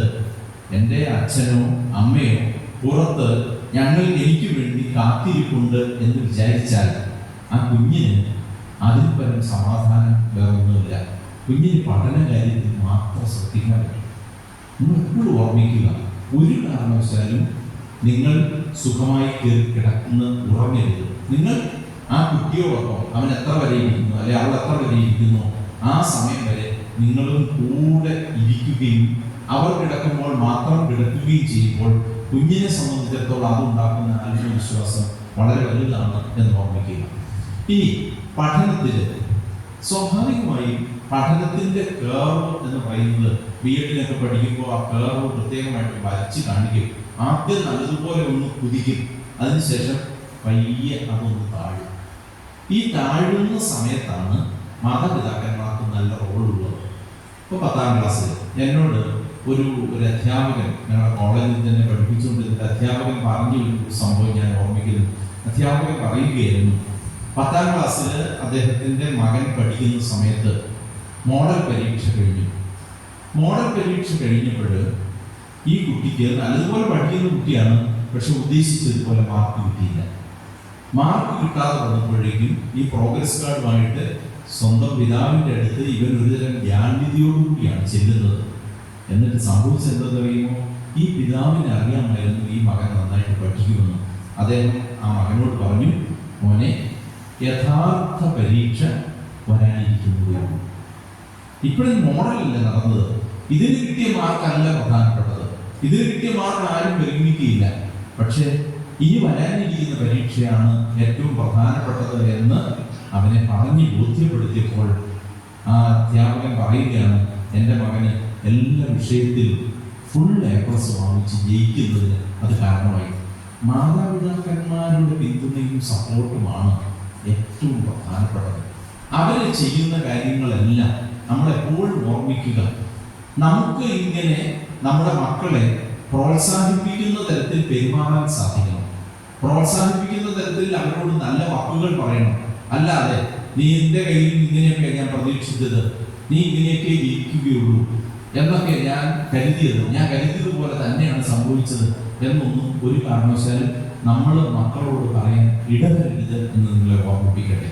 പഠനവുമായി ബന്ധപ്പെട്ട് ഞാൻ നേരത്തെ പറഞ്ഞില്ലേ, നമ്മളെപ്പോഴും നല്ല മക്കളായിട്ട് വളരുന്നതിനുള്ള ഒരു പരിശീലനം കൂടെ കൊടുക്കേണ്ടതുണ്ട്. നല്ല കുട്ടികളായിട്ട് വളരണമെങ്കിൽ നമുക്ക് എന്തൊക്കെ കാര്യങ്ങളാണ് ശ്രദ്ധിക്കാവുന്നത്? ഞാൻ എപ്പോഴും ഈ ആളുകളെ ഇങ്ങനെ സൂക്ഷ്മമായി നിരീക്ഷിക്കാൻ പലപ്പോഴും ശ്രദ്ധിക്കാറുണ്ട്. ഒരിക്കൽ ഞാൻ ഈ ഭരണകാലത്തോടെ പോവുകയാണെങ്കിൽ അൽഫോൻസാമ്മയുടെ അടുത്ത് പോയി അല്പനേരം പ്രാർത്ഥിക്കും, അതിന് സമയം കിട്ടുന്നതനുസരിച്ച്. ഒരിക്കലും ഞാൻ അവിടെ പോയി ഭരണകാലത്ത് ഈ പള്ളിയിൽ കയറി താഴേക്ക് ഇറങ്ങി വരുന്ന സമയത്ത് ഞാനൊരു കാഴ്ച കണ്ടു. അതിങ്ങനെയായിരുന്നു, ഒരു കാറ്, ഒരു മുന്തിയ കാറാണ്, വില കൂടിയ കാറാണ്. അത് കൊണ്ടുവന്ന് ഗ്രൗണ്ടിൽ നിർത്തിയിട്ട് ഈ കാറിൽ നിന്ന് മാതാവും പിതാവും പുറത്തേക്ക് ഇറങ്ങി. കൂടെ 2 മക്കൾ ഇറങ്ങി. ഒരു 4 വയസ്സ് അങ്ങേറ്റം, ഒരു 3-3.5 വയസ്സേ ഉള്ളൂ മൂത്തയാണ്. ഒരു 2 വയസ്സ് നടക്കാൻ തുടങ്ങിയ ഒരു കുഞ്ഞ്, ഇളയതായിട്ടുമുണ്ട്, ഒരു ആൺകുട്ടിയും ഒരു പെൺകുട്ടിയും. ഇവര് രണ്ടുപേരും കൂടെ പുറത്തേക്ക് ഇറങ്ങി. എന്നിട്ട് പള്ളിയിലേക്ക് പോകാനല്ല അവരെല്ലാം ഉത്സാഹം കാണിച്ചത്. അവരതിലെ ഇത്രയും വിശാലമായ ഗ്രൗണ്ടൊക്കെ കണ്ടപ്പോൾ സ്വാഭാവികമായി ഓടിച്ചാടി നടക്കാനായിരിക്കും കുഞ്ഞുങ്ങൾക്ക് ഇഷ്ടം. അവരതിൽ ഇങ്ങനെ ഓടിച്ചാടി കുറെ നേരം നടന്നു. കുറെ നേരം നടന്നു കഴിഞ്ഞ് പെട്ടെന്ന് ഞാൻ കാണുന്ന ഒരു കാഴ്ച ഇതാണ്. ഈ മോന് അമ്മയുടെ അടുത്ത് എന്നിട്ട് പറഞ്ഞ്, ഈ മക്കളൊക്കെ ഇപ്പൊ സംസാരിക്കുന്നുണ്ടല്ലോ, 8:30 കട്ടയ്ക്ക. മര്യാദയ്ക്ക് സംസാരിക്കുന്ന മക്കൾ കുറഞ്ഞു പോയി എന്നാണ് എനിക്ക് തോന്നുന്നത്. എടുത്ത വായിലെ ഈ അമ്മയോട് പറയുകയാണ്, എനിക്ക് ദാഹിക്കുന്നു. ഭയങ്കര അരിശത്തില്ല, കലിപ്പില്ല പറയുന്നത്. മക്കള് കലിപ്പിൽ പറയുന്നതിന്റെ കാര്യം എന്താണെന്നറിയുമോ? കലിപ്പിലും കരഞ്ഞും ഒക്കെ സംസാരിക്കുന്നത് പലപ്പോഴും അങ്ങനെ ചെയ്താലേ കാര്യം നേടുകയുള്ളൂ എന്ന് അവർക്ക് മനസ്സിലായിട്ടുണ്ട്.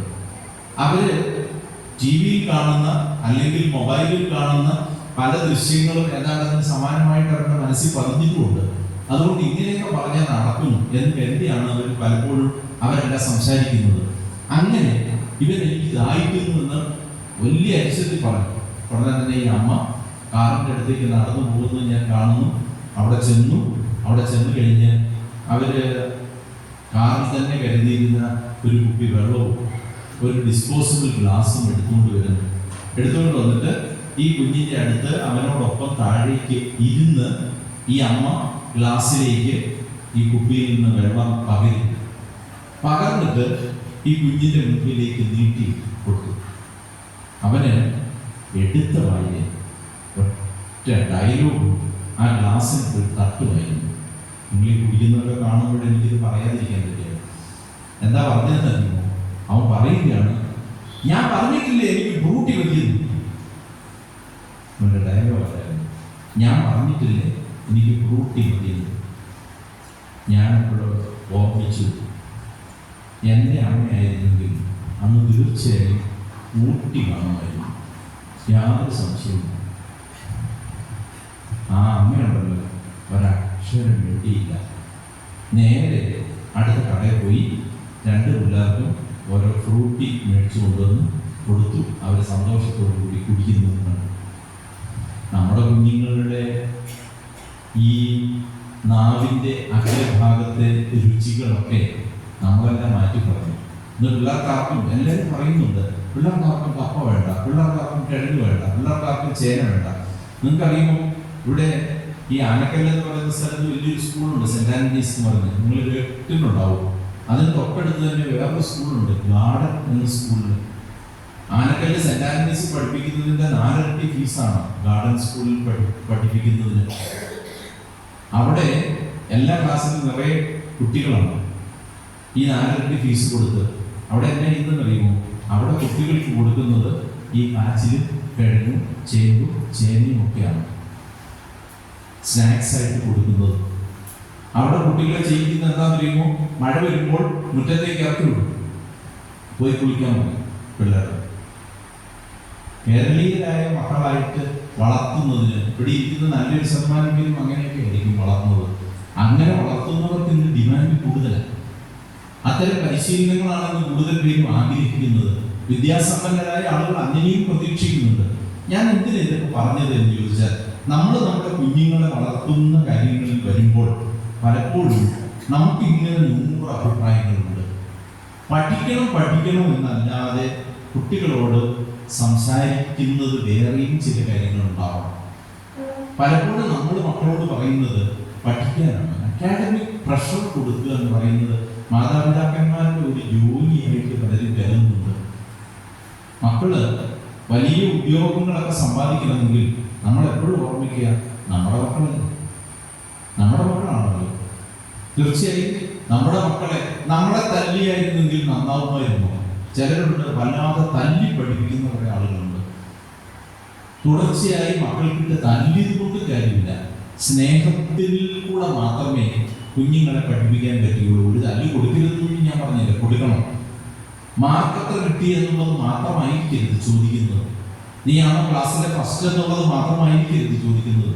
100% മാർക്ക് കിട്ടിയോ എന്നുള്ളത് മാത്രമായിരിക്കരുത് ചോദിക്കുന്നത്. നമുക്ക് അവനോട് അല്ലെങ്കിൽ അവളോട് ഈ മാർക്കിന്റെ പ്രശ്നം മാത്രമായിട്ട് കൊടുക്കരുത്.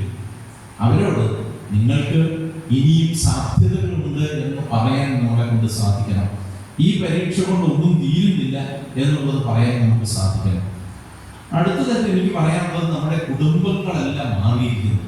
നമ്മുടെ കുടുംബങ്ങൾ മാറി എന്ന് പറഞ്ഞാൽ നമുക്കൊക്കെ അറിയാം, മിക്കവാറും വീടുകളിലൊക്കെ മക്കളെന്ന് പറയുന്നവരെല്ലാം വിദേശത്താണ്. മോശമാണെന്നൊന്നും ഞാൻ പറയുകയില്ല.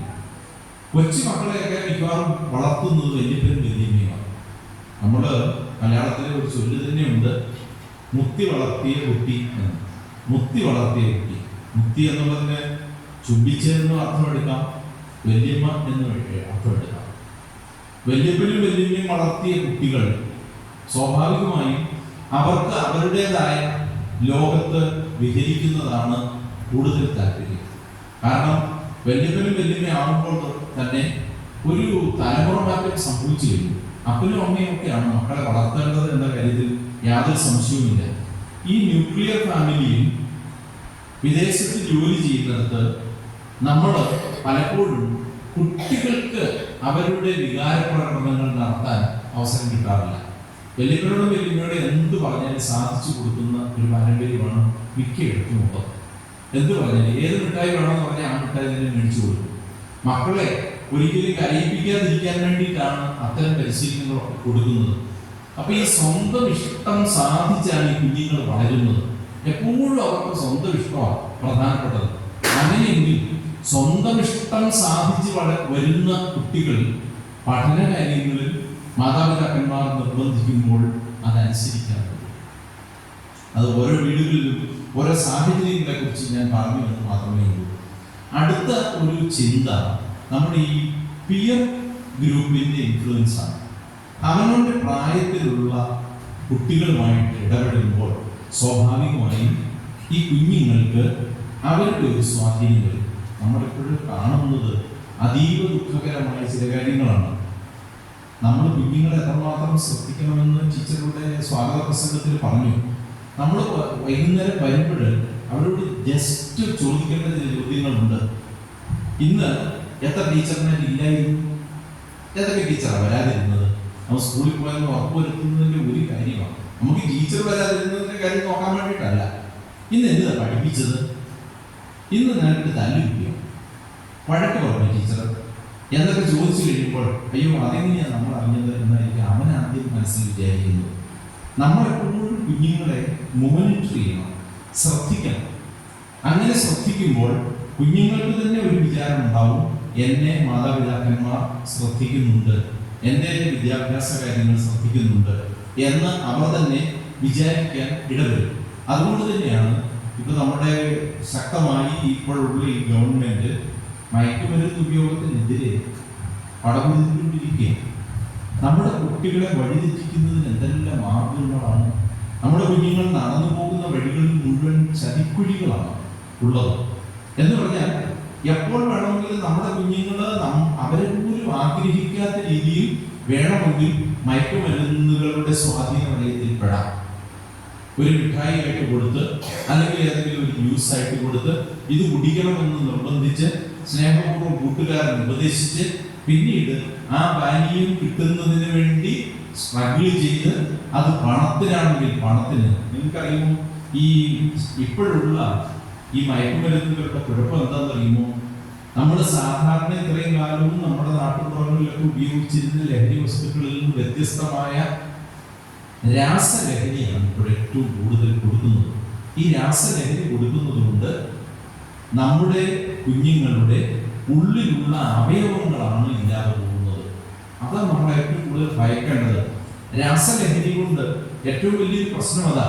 മറ്റുള്ള ലഹരികളൊക്കെ അഡിക്ഷനിൽ നിന്ന് നമുക്ക് ഏതെങ്കിലും തരത്തിൽ മോചിപ്പിച്ചാൽ രക്ഷപ്പെടാമായിരുന്നു. MDMA പോലെയുള്ള ഈ രാസലഹരികളൊക്കെ പലപ്പോഴും നമ്മുടെ ഉള്ളിലുള്ള അവയവങ്ങളെ നശിപ്പിക്കുകയാണ്. ഈ അവയവങ്ങൾ മുഴുവൻ നശിച്ചതിന് ശേഷം നമുക്ക് എന്ത് ചെയ്യാൻ പറ്റും?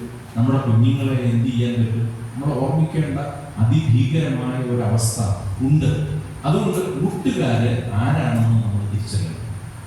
ഫോൺ ചെയ്യുമ്പോഴും നമ്മൾ കുട്ടികളോട് ജസ്റ്റ് ഒന്ന് ചോദിക്കണം.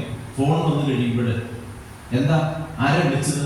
ചിലപ്പോൾ അവർക്ക് ഇഷ്ടപ്പെടുകയല്ലായിരിക്കും, പക്ഷെ നമ്മൾ ചോദിക്കണം.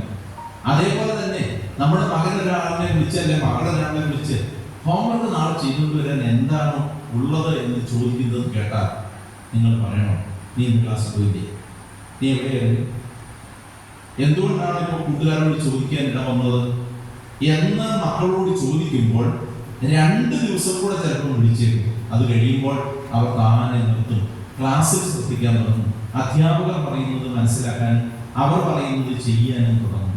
നമ്മൾ മനസ്സിലാക്കേണ്ട കാര്യങ്ങളാണ്. നമ്മൾ ഇതൊക്കെ ലാഘവബുദ്ധിയോടുകൂടിയാണ് കാണുന്നത്. നമ്മൾ പറയുന്നത് ഇതൊന്നും കുഴപ്പമില്ലാത്ത കാര്യമാണ് എന്നാണ്.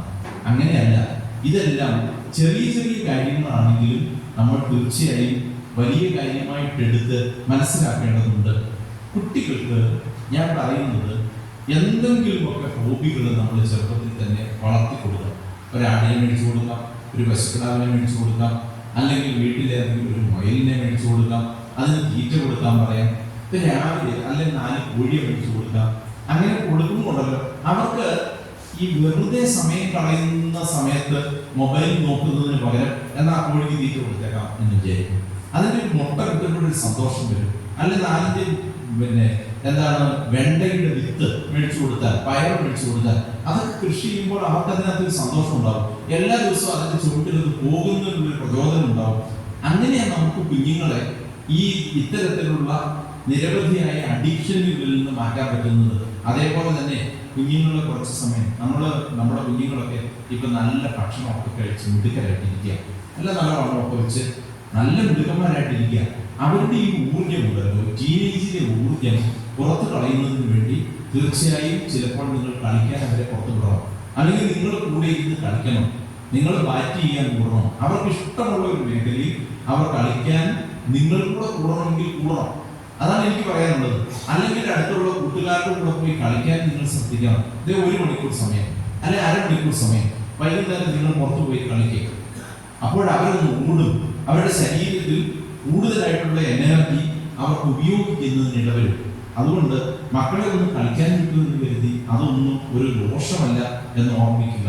മുതിർന്ന ആളുകൾ എപ്പോഴും ഒരു കണ്ണോടുകൂടി വേണം കാണാൻ എന്ന് മാത്രമേ ഉള്ളൂ. അവരെപ്പോഴും നോക്കണം. നമ്മുടെ വീട്ടിൽ റംബുട്ടാൻ വെച്ചാൽ അത് വളർന്നു വരുന്നത്, മാംഗോസ്റ്റിൻ വെച്ചാൽ ഫലവൃക്ഷങ്ങളൊക്കെ വളർന്നു വരും. ഒരു പേര വെച്ചാൽ അതെങ്ങനെയാണ് വളരുന്നത്, ഒരു പ്ലാവ് വെച്ചാൽ അതെങ്ങനെയാണ് വളരുന്നത്, കുഞ്ഞുങ്ങൾ കണ്ടു പഠിക്കട്ടെ, പ്രകൃതിയിലേക്ക് നോക്കാൻ പഠിക്കട്ടെ. അങ്ങനെ കുഞ്ഞുങ്ങളെ വളർത്താൻ നിങ്ങൾ ശ്രദ്ധിക്കണം. നമുക്ക് നമ്മുടേതായ ചില പാരമ്പര്യങ്ങളും അനുഷ്ഠാനങ്ങളും സംസ്കാരങ്ങളും ഉണ്ട്. അതിൽ ഏറ്റവും പ്രധാനപ്പെട്ടത് നമുക്കറിയാം, മുതിർന്നവരെ ആദരിക്കുന്ന ഒരു സംസ്കാരമാണ്. എന്തുകൊണ്ടോ കുറച്ച് കാലങ്ങളായിട്ട് നമ്മുടെ മക്കള് അത്തരം കാര്യങ്ങളിൽ ശ്രദ്ധിക്കുന്നില്ല എന്ന് തോന്നാറുണ്ട്. ഞാൻ ആരെയും കുറ്റപ്പെടുത്തിക്കൊണ്ടല്ല സംസാരിക്കുന്നത്. നമ്മുടെ വീടുകളിൽ നമ്മളൊക്കെ അച്ഛന് പുറത്ത് പോയിച്ചിട്ട് വരുന്ന സമയത്ത് എഴുന്നേറ്റ് നിൽക്കാൻ പഠിച്ചത് എങ്ങനെയാണെന്നുള്ളത് ഒരു നിമിഷം ചിന്തിച്ചാൽ മതി. ആദ്യം അച്ഛൻ പുറത്തു പോയിട്ട് വരുമ്പോൾ എഴുന്നേൽക്കുന്നത് അമ്മയായിരുന്നു. അമ്മ എഴുന്നേറ്റ് കാണിക്കും. പിന്നെ മക്കള് മൂത്തവർ തൊട്ട് എഴുന്നേറ്റ് നിൽക്കാൻ തുടങ്ങും. ഞങ്ങളുടെയൊക്കെ വീടുകളിൽ എന്നെയൊക്കെ പഠിപ്പിച്ചിരുന്നത് വീട്ടിൽ ഭിക്ഷക്കാർ മുതിർന്നവർ വന്നാൽ പോലും എഴുന്നേറ്റ് നിൽക്കണം എന്നാണ്. പണിയാൻ ആളുകൾ വരുമ്പോൾ പോലും നമ്മൾ എഴുന്നേറ്റ് നിൽക്കണം. അങ്ങനെയാണ് കഴിഞ്ഞകാല തലമുറ, എന്നെ മാത്രമല്ല കഴിഞ്ഞകാല തലമുറ അങ്ങനെയാണ് പഠിപ്പിച്ചത്. നമ്മളൊക്കെ അങ്ങനെയല്ലേ പഠിച്ചത്. മുതിർന്നവരുടെ കാല് നീട്ടി വെച്ചിരിക്കുന്നതിനെ മറികടക്കാൻ ഇടവന്നാൽ തൊട്ട് തലയെ വെക്കണമെന്ന് നമ്മുടെ മാതാപിതാക്കന്മാർ പഠിപ്പിച്ചിരുന്നു. ഇപ്പൊ അപ്പന്റെ അമ്മയുടെ പുറത്തു കയറിയാണ് മക്കൾ കളിക്കുന്നത്. ഒരു കുഴപ്പവുമില്ല, ആരും അതിനൊന്നും പറയാറില്ല. അക്ഷരത്തെ ചവിട്ടിയാൽ തൊട്ട് തലയിൽ വെക്കണമെന്ന് നമ്മുടെ ഇവിടെ ഇരിക്കുന്ന എത്രയോ പേര് നിങ്ങളെല്ലാം ചെയ്തത് അങ്ങനെയല്ലേ. പ്രിന്റ് ചെയ്ത ഒരു കഷ്ണം കടലാസ്, ഒരു പുസ്തകത്തെ പഠിക്കുന്ന നമ്മൾ ഉപയോഗിക്കുന്ന ഒരു ബുക്ക് ഏതെങ്കിലും കാരണവശാൽ ചവിട്ടാൻ ഇടവന്നാൽ തൊട്ട് തലയിൽ വെക്കണം എന്ന് നമ്മുടെ മാതാപിതാക്കന്മാർ നമ്മളെ പഠിപ്പിച്ചു. നമ്മൾ ഇങ്ങനെയൊക്കെ മക്കളെ പഠിപ്പിച്ചിട്ടുണ്ടോ? ഇത് പൂജ്യമാണ്, വിദ്യ എന്ന് പറയുന്നത് പൂജ്യമാണ് എന്ന് ആദ്യത്തെ ഈശ്വര പ്രാർത്ഥനയിലെ ടീച്ചർ പാടിയപ്പോൾ അവസാനം പാടിയതാണ്. ഈ വിദ്യ എന്ന് പറയുന്നത് എത്ര പൂജ്യമായ ഒന്നാണ് എന്ന ബോധ്യത്തോടു കൂടിയാണ് ആ ഗാനം പോലും കേട്ടത്. വിദ്യാഭ്യാസ സ്ഥാപനങ്ങളിൽ പാടാവുന്ന നല്ലൊരു ഗാനമാണ് അത് എന്ന് ഞാനിപ്പോൾ ഓർമ്മിച്ചു. വിദ്യ എന്ന് പറയുന്നത് അങ്ങനെ പൂജിക്കേണ്ടതാണ്, ബഹുമാനിക്കേണ്ടതാണ്. ആദരിക്കേണ്ടതാണ്. അത് നമ്മൾ പഠിക്കുന്നത് അധ്യാപകരെ മാത്രമല്ല, പഠനോപകരണങ്ങളെയും ആദരിക്കണം, പുസ്തകത്തെ ആദരിക്കണം, അതേപോലെ ബുക്കിനെ ആദരിക്കണം, പേനയെ ആദരിക്കണം, പെൻസില് എന്ന് പറയുന്നതൊക്കെ ആദരിക്കണം. നമ്മൾ ഇന്ന് എന്തുമാത്രം പെൻസിലും പേനയുമാണ് കുട്ടികൾക്ക് മേടിച്ചു കൊടുക്കുന്നത്. ധാരാളിത്വത്തിന്റെ പര്യായങ്ങളായിട്ടാണ് നമ്മുടെ മക്കളെ വളർത്തുന്നത് എന്ന് എനിക്ക് പലപ്പോഴും തോന്നിയിട്ടുണ്ട്. ഞാൻ നിങ്ങളോടൊരു ചെറിയ സംഭവം പറയാം. എൻ്റെ മോന് ഇങ്ങനെ പഠിച്ച് വന്ന സമയത്ത് എനിക്ക് എൻ്റെ ചെറുപ്പത്തിൽ നടക്കാതെ പോയ കാര്യങ്ങളെ കുറിച്ച് എനിക്ക് ഒത്തിരി വിഷമമുണ്ടായിരുന്നു. അതിലെനിക്ക് ഏറ്റവും വിഷമമുള്ള ഒരു കാര്യം എന്താണെന്ന്, ഈ സ്കൂളിൽ പഠിക്കുന്ന സമയത്ത് 5ാം ക്ലാസ് മുതൽ എനിക്ക് എൻ്റെ കൂടെ പഠിച്ചിരുന്ന ഒരു എഞ്ചിനീയറുടെ മോനുണ്ടായിരുന്നു. അവന് പെൻസിൽ വെട്ടിക്കൊണ്ടിരുന്നത് കാണാൻ എന്നെ ഭംഗിയായിരുന്നു പറയുമ്പോൾ. നല്ല ഷേപ്പിൽ അന്ന് അധികം പേർക്ക് ഇല്ലാതിരുന്ന പെൻസിൽ വെട്ടി ഉപയോഗിച്ചാണ് പെൻസിൽ വെട്ടുന്നത്. ഞാനും എൻ്റെ അപ്പനും എപ്പോൾ പെൻസിൽ വെട്ടണമെന്ന് പറഞ്ഞാൽ ഉടനെ തന്നെ പിച്ചാത്തി എടുത്ത് വെട്ടിച്ച്. പിച്ചാത്തി കൊണ്ട് വെട്ടിയാലുണ്ടല്ലോ ഒരിക്കലും ഞാൻ ഉദ്ദേശിക്കുന്ന പോലെ ഭംഗിയാവില്ല. പോയിന്റഡ് ആയിട്ടുള്ള മോനെ എൻ്റെ പെൻസിലിന് ഒരിക്കലും ഉണ്ടായിരുന്നില്ല. അതുകൊണ്ട് എനിക്കൊരു മോൻ ഉണ്ടായപ്പോൾ ഞാൻ വിചാരിച്ചു അവൻ ഏതായാലും വേണ്ടിയല്ല, എനിക്ക് നടക്കാതെ പോയ ആഗ്രഹം അവനിലൂടെ നടക്കട്ടെ എന്ന് കരുതി അവൻ 1ാം ക്ലാസ്സിൽ പോയപ്പോൾ തന്നെ ഒരു പെൻസിൽ വെട്ടി ഞാൻ വെച്ചു. ഒരു ജൂലൈ മാസം ആയപ്പോൾ അവൻ വന്ന് എൻ്റെ അടുത്ത് വന്നിട്ട് പറഞ്ഞു, അപ്പാ എന്നാടാ പെൻസിൽ തീർന്നു. ഞാൻ ചോദിച്ചു ഇതുപോലെ എഴുതിക്കുന്നുണ്ട്. അപ്പം എനിക്ക് അവരുടെ കാര്യം മനസ്സിലായി. അവന് എന്നോട് ചോദിച്ചപ്പോഴും അവൻ പറഞ്ഞു, അതെ ഈ വെറുതെ ഇരിക്കുന്ന സമയത്തുണ്ടല്ലോ ഞാൻ ഈ പെൻസിൽ വെട്ടിക്കകത്ത് കറുത്ത് നല്ല രസമാണ് കാണാൻ. ഇതിങ്ങനെ പുറത്തേക്ക് വരുന്നത് കാണാൻ നല്ല രസമാണ്. അതുകൊണ്ട് എനിക്ക് പെൻസിൽ മേടിച്ചു തരണം. ഞാൻ പറഞ്ഞു, നീ ആദ്യം പെൻസിൽ വെട്ടി കൊണ്ടുപോവാ. ഞാനത് മേടിച്ച് അലമാരിക്കകത്ത് വെച്ച് കൂട്ടി. എന്നിട്ട് ഞാൻ പിറ്റേ ദിവസം അവനൊരു പെൻസിൽ മേടിച്ച് കൊടുത്തിട്ട് പറഞ്ഞു, ഇനി എൻ്റെ പൊന്നുമാൻ ഞാൻ പിച്ചാത്തി ഉപയോഗിച്ച് തന്നെ വെട്ടിത്തരാം. ഞാൻ എന്തിനാ ഇത് പറഞ്ഞെന്ന് അറിയുന്നു? നമ്മുടെ എല്ലാവരുടെയും ജീവിതത്തിൽ ഇതുപോലെ നിരവധി അനുഭവങ്ങളുണ്ട്. നമുക്കത് തിരിച്ചറിയാൻ പറ്റണം. നമ്മുടെ മക്കൾ നമുക്ക് സാധ്യമാവാതെ വന്ന നിരവധി കാര്യങ്ങൾ ഉണ്ടായിരിക്കും. അവയെല്ലാം സാധിക്കുന്നതിന് വേണ്ടി ആയിരിക്കരുത് ശ്രമിക്കുന്നത്. നമ്മുടെ ഭാഷ, മക്കളെ പഠിപ്പിക്കുന്നതിന് വേണ്ടി നമ്മൾ ഉപയോഗിക്കുന്ന ഭാഷ ഒരിക്കലും വീട്ടിൽ ചീത്ത പദങ്ങൾ ഉപയോഗിക്കരുത്. മക്കൾ ഒരു കാരണവശാലും അത് കേൾക്കാൻ ഇടവരുത്. എൻ്റെ വീട്ടിൽ ഞാൻ ഒരിക്കലും മോശമായ വാക്കുകൾ കേട്ടിട്ടില്ല. എൻ്റെ മക്കളും അത് കേട്ടിട്ടില്ലെന്ന് ഉറപ്പായിട്ട് എനിക്ക് പറയാൻ പറ്റും. മോശമായ വാക്കുകൾ ഉപയോഗിച്ച് നമ്മുടെ കുഞ്ഞുങ്ങളുടെ ഭാഷ നമ്മൾ മോശമാക്കാൻ ഇടവരുത്തരുത്. ആദരിക്കുന്ന, മുതിർന്നവരെ ആദരിക്കുന്ന, ബഹുമാനിക്കുന്ന ഒരു സംസ്കാരം തീർച്ചയായും നമ്മുടെ വീടുകളിൽ നമ്മുടെ മക്കൾക്ക് ഉണ്ടാക്കി കൊടുക്കണം എന്ന് നിങ്ങളെ ഓർമ്മിപ്പിക്കട്ടെ. മക്കളോട് ഏറ്റവും കൂടുതൽ പറയേണ്ടത് ആധുനിക കാലത്ത് അവരെ സ്വാധീനിക്കുന്ന കൂട്ടുകാരെ പോലെ തന്നെ അവരോട് ഇടപെടുന്ന ആളുകളോട് എങ്ങനെയായിരിക്കണം ഇടപെടേണ്ടത് എന്നുള്ളതിനെ സംബന്ധിച്ച് ഒരു അവബോധം മക്കൾക്ക് കൊടുക്കണമെന്ന് കൂടി ഞാൻ പറയട്ടെ. എന്താണ് അതിൻ്റെ കാര്യം? മൊബൈൽ ഫോണിലൊക്കെ ആവശ്യമില്ലാത്ത ഏത് ദൃശ്യവും കാണാൻ സാധിക്കും. നമ്മുടെ കുഞ്ഞുങ്ങളെ വഴിതെറ്റിക്കുന്നതിന് ഒരാൾ ഉദ്ദേശിച്ചാൽ അയാൾക്ക് ഈ മൊബൈൽ ഫോൺ മോനെ അല്ലെ മോളെ ഇത് കണ്ടോ എന്ന് പറഞ്ഞ് നമ്മുടെ കുഞ്ഞിനെ വഴിതെറ്റിക്കാം. സ്കൂളിലൊക്കെ കൊണ്ടുവരാൻ അനുവദിച്ചിട്ടില്ല എന്ന് ടീച്ചർ പറഞ്ഞു. വളരെ നല്ല കാര്യം. എത്ര കുട്ടികൾ നമുക്കറിയാം, എത്ര ഭീകരമാണ് നമ്മുടെ കുഞ്ഞുങ്ങളുടെയൊക്കെ കാര്യം. കുഞ്ഞുങ്ങളെ ദുരുപയോഗം ചെയ്യാൻ വേണ്ടി ഞാൻ നേരത്തെ പറഞ്ഞതുപോലെ ചതിക്കുഴികളിൽ നിരവധിയായിട്ടുണ്ട്. അവരെ കാണിക്കുന്നത്, അവർ കേൾക്കുന്നതായ കാര്യങ്ങൾ ഒക്കെ ഒട്ടും ശുഭകരമല്ലാത്ത കാര്യങ്ങളാണ്.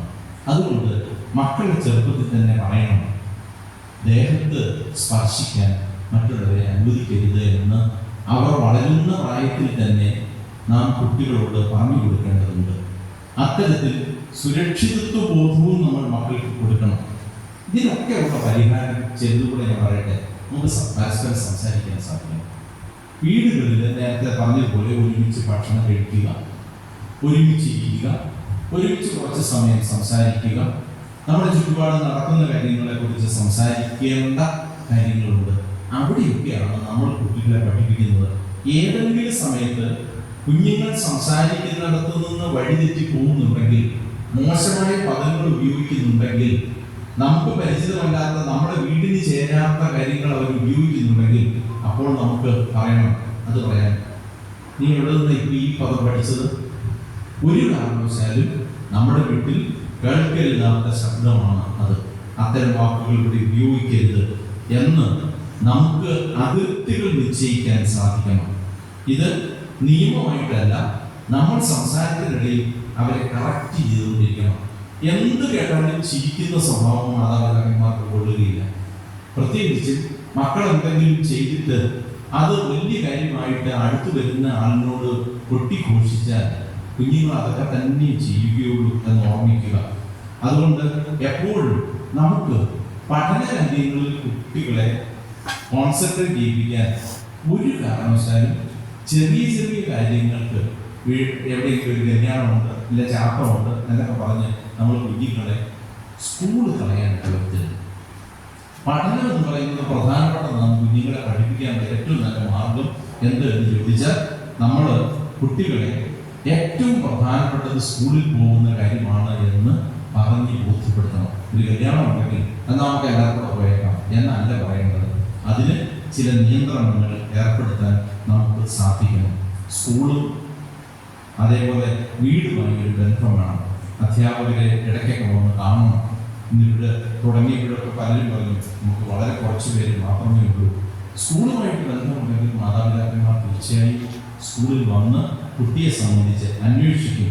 അങ്ങനെ അന്വേഷിക്കുമ്പോഴാണ് നമുക്ക് കുട്ടിയെ കൂടുതൽ മെച്ചപ്പെടുത്താൻ സാധിക്കുന്നത്. ആരോഗ്യമൊക്കെ വളരെ പ്രധാനപ്പെട്ടതാണ്. ഞാൻ ഒരു ഹോസ്പിറ്റലിലാണ് ഇപ്പോൾ ജോലി ചെയ്യുന്നത്. നമ്മുടെ കുഞ്ഞുങ്ങളുടെ ആരോഗ്യം വളരെ പ്രധാനപ്പെട്ടതാണ്. എപ്പോഴും ശ്രദ്ധിക്കണം.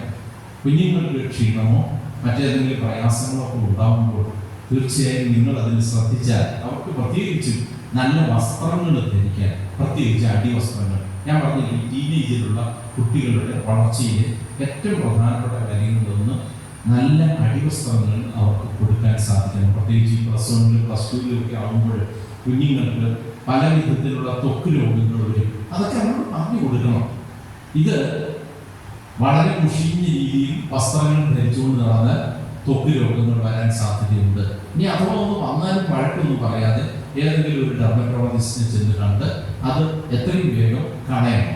അല്ലെങ്കിൽ അത് വ്യാപിക്കും, മറ്റുള്ളവർക്കൊക്കെ പിടിക്കാനുള്ള സാധ്യതയുണ്ട്. ഇതൊക്കെ കുഞ്ഞുങ്ങൾക്ക് പറഞ്ഞു കൊടുക്കേണ്ട അടിസ്ഥാനപരമായ പാഠങ്ങളാണ്. അവരുടെ ആരോഗ്യം സംരക്ഷിക്കാൻ നിങ്ങൾക്ക് ലഭിക്കുന്ന അവസരങ്ങൾ നിങ്ങൾക്ക് ഉപയോഗിക്കാൻ സാധിക്കട്ടെ. കഴിഞ്ഞ 1 മണിക്കൂറായിട്ട് ഞാൻ സംസാരിച്ചുകൊണ്ടിരിക്കുകയായിരുന്നു. എന്നോട് ടീച്ചർ പറഞ്ഞിരിക്കുന്ന 1 മണിക്കൂർ സംസാരിക്കുന്നതാണ്. ഞാനത് കൂടുതൽ പറഞ്ഞാൽ മാതാപിതാക്കന്മാരുടെ ശാപം എൻ്റെ തലയിൽ ഒന്നും എനിക്കറിയില്ല. അത് മേടിക്കാൻ ഏതായാലും ഞാൻ ആഗ്രഹിക്കുന്നില്ല. നിങ്ങൾ എത്രയോ താല്പര്യത്തോടു കൂടിയാണ് ഇരുന്നത്. വന്ന എല്ലാ മാതാപിതാക്കന്മാരും മക്കളുടെ വളർച്ചയും മക്കളുടെ പഠന കാര്യങ്ങളിലും കാണിക്കുന്ന താല്പര്യം എത്ര വലുതാണ് എന്ന് ഓർമ്മിപ്പിക്കത്തക്ക രീതിയിലാണ് നിങ്ങൾ ഓരോരുത്തരും ഇരുന്നത് എന്ന് ഞാൻ ഓർമ്മിക്കുന്നു. ഈ സ്ഥാപനമാണ് ഈ പ്രദേശത്തിൻ്റെ ഏറ്റവും വലിയ ഐശ്വര്യങ്ങളിൽ ഒന്ന്. ഇത് കെടാവിളക്കായി ശോഭിക്കേണ്ടതുണ്ട്. ഇവിടെ ഉള്ള അധ്യാപകരും ഈ സ്ഥാപനം തീർച്ചയായും ഈ പ്രദേശത്തിൻ്റെ വിളക്ക് തന്നെയാണ്. നിങ്ങളതുകൊണ്ട് ഒരിക്കലും ഈ സ്കൂൾ തിരഞ്ഞെടുത്തതിൽ തെറ്റിയിട്ടില്ല. നിങ്ങളുടെ മക്കൾ നാളെ മിടുക്കരായി മാറട്ടെ എന്ന് ആശംസിച്ചുകൊണ്ട് എന്നെ ഇത്ര നേരം കേട്ടിരുന്നതിന് നന്ദി പറഞ്ഞുകൊണ്ട്, എന്നെ വിളിച്ചതിൻ്റെ പ്രിൻസിപ്പലിന് പ്രത്യേകം നന്ദി പറഞ്ഞുകൊണ്ട് എൻ്റെ വാക്കുകൾ അവസാനിപ്പിക്കുന്നു. നന്ദി, നമസ്കാരം.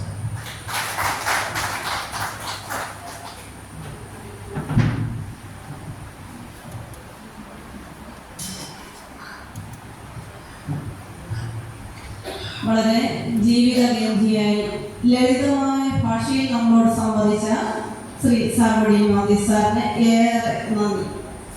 അടുത്തായി യോഗത്തിന് നന്ദി അർപ്പിക്കുന്നതിനായി നമ്മുടെ ഹെഡ് മിസ്ട്രസ് ശ്രീമതി ട്രീസ മീര ടീച്ചറിനെ ഏറെ ആദരവോടെ ക്ഷണിക്കുന്നു.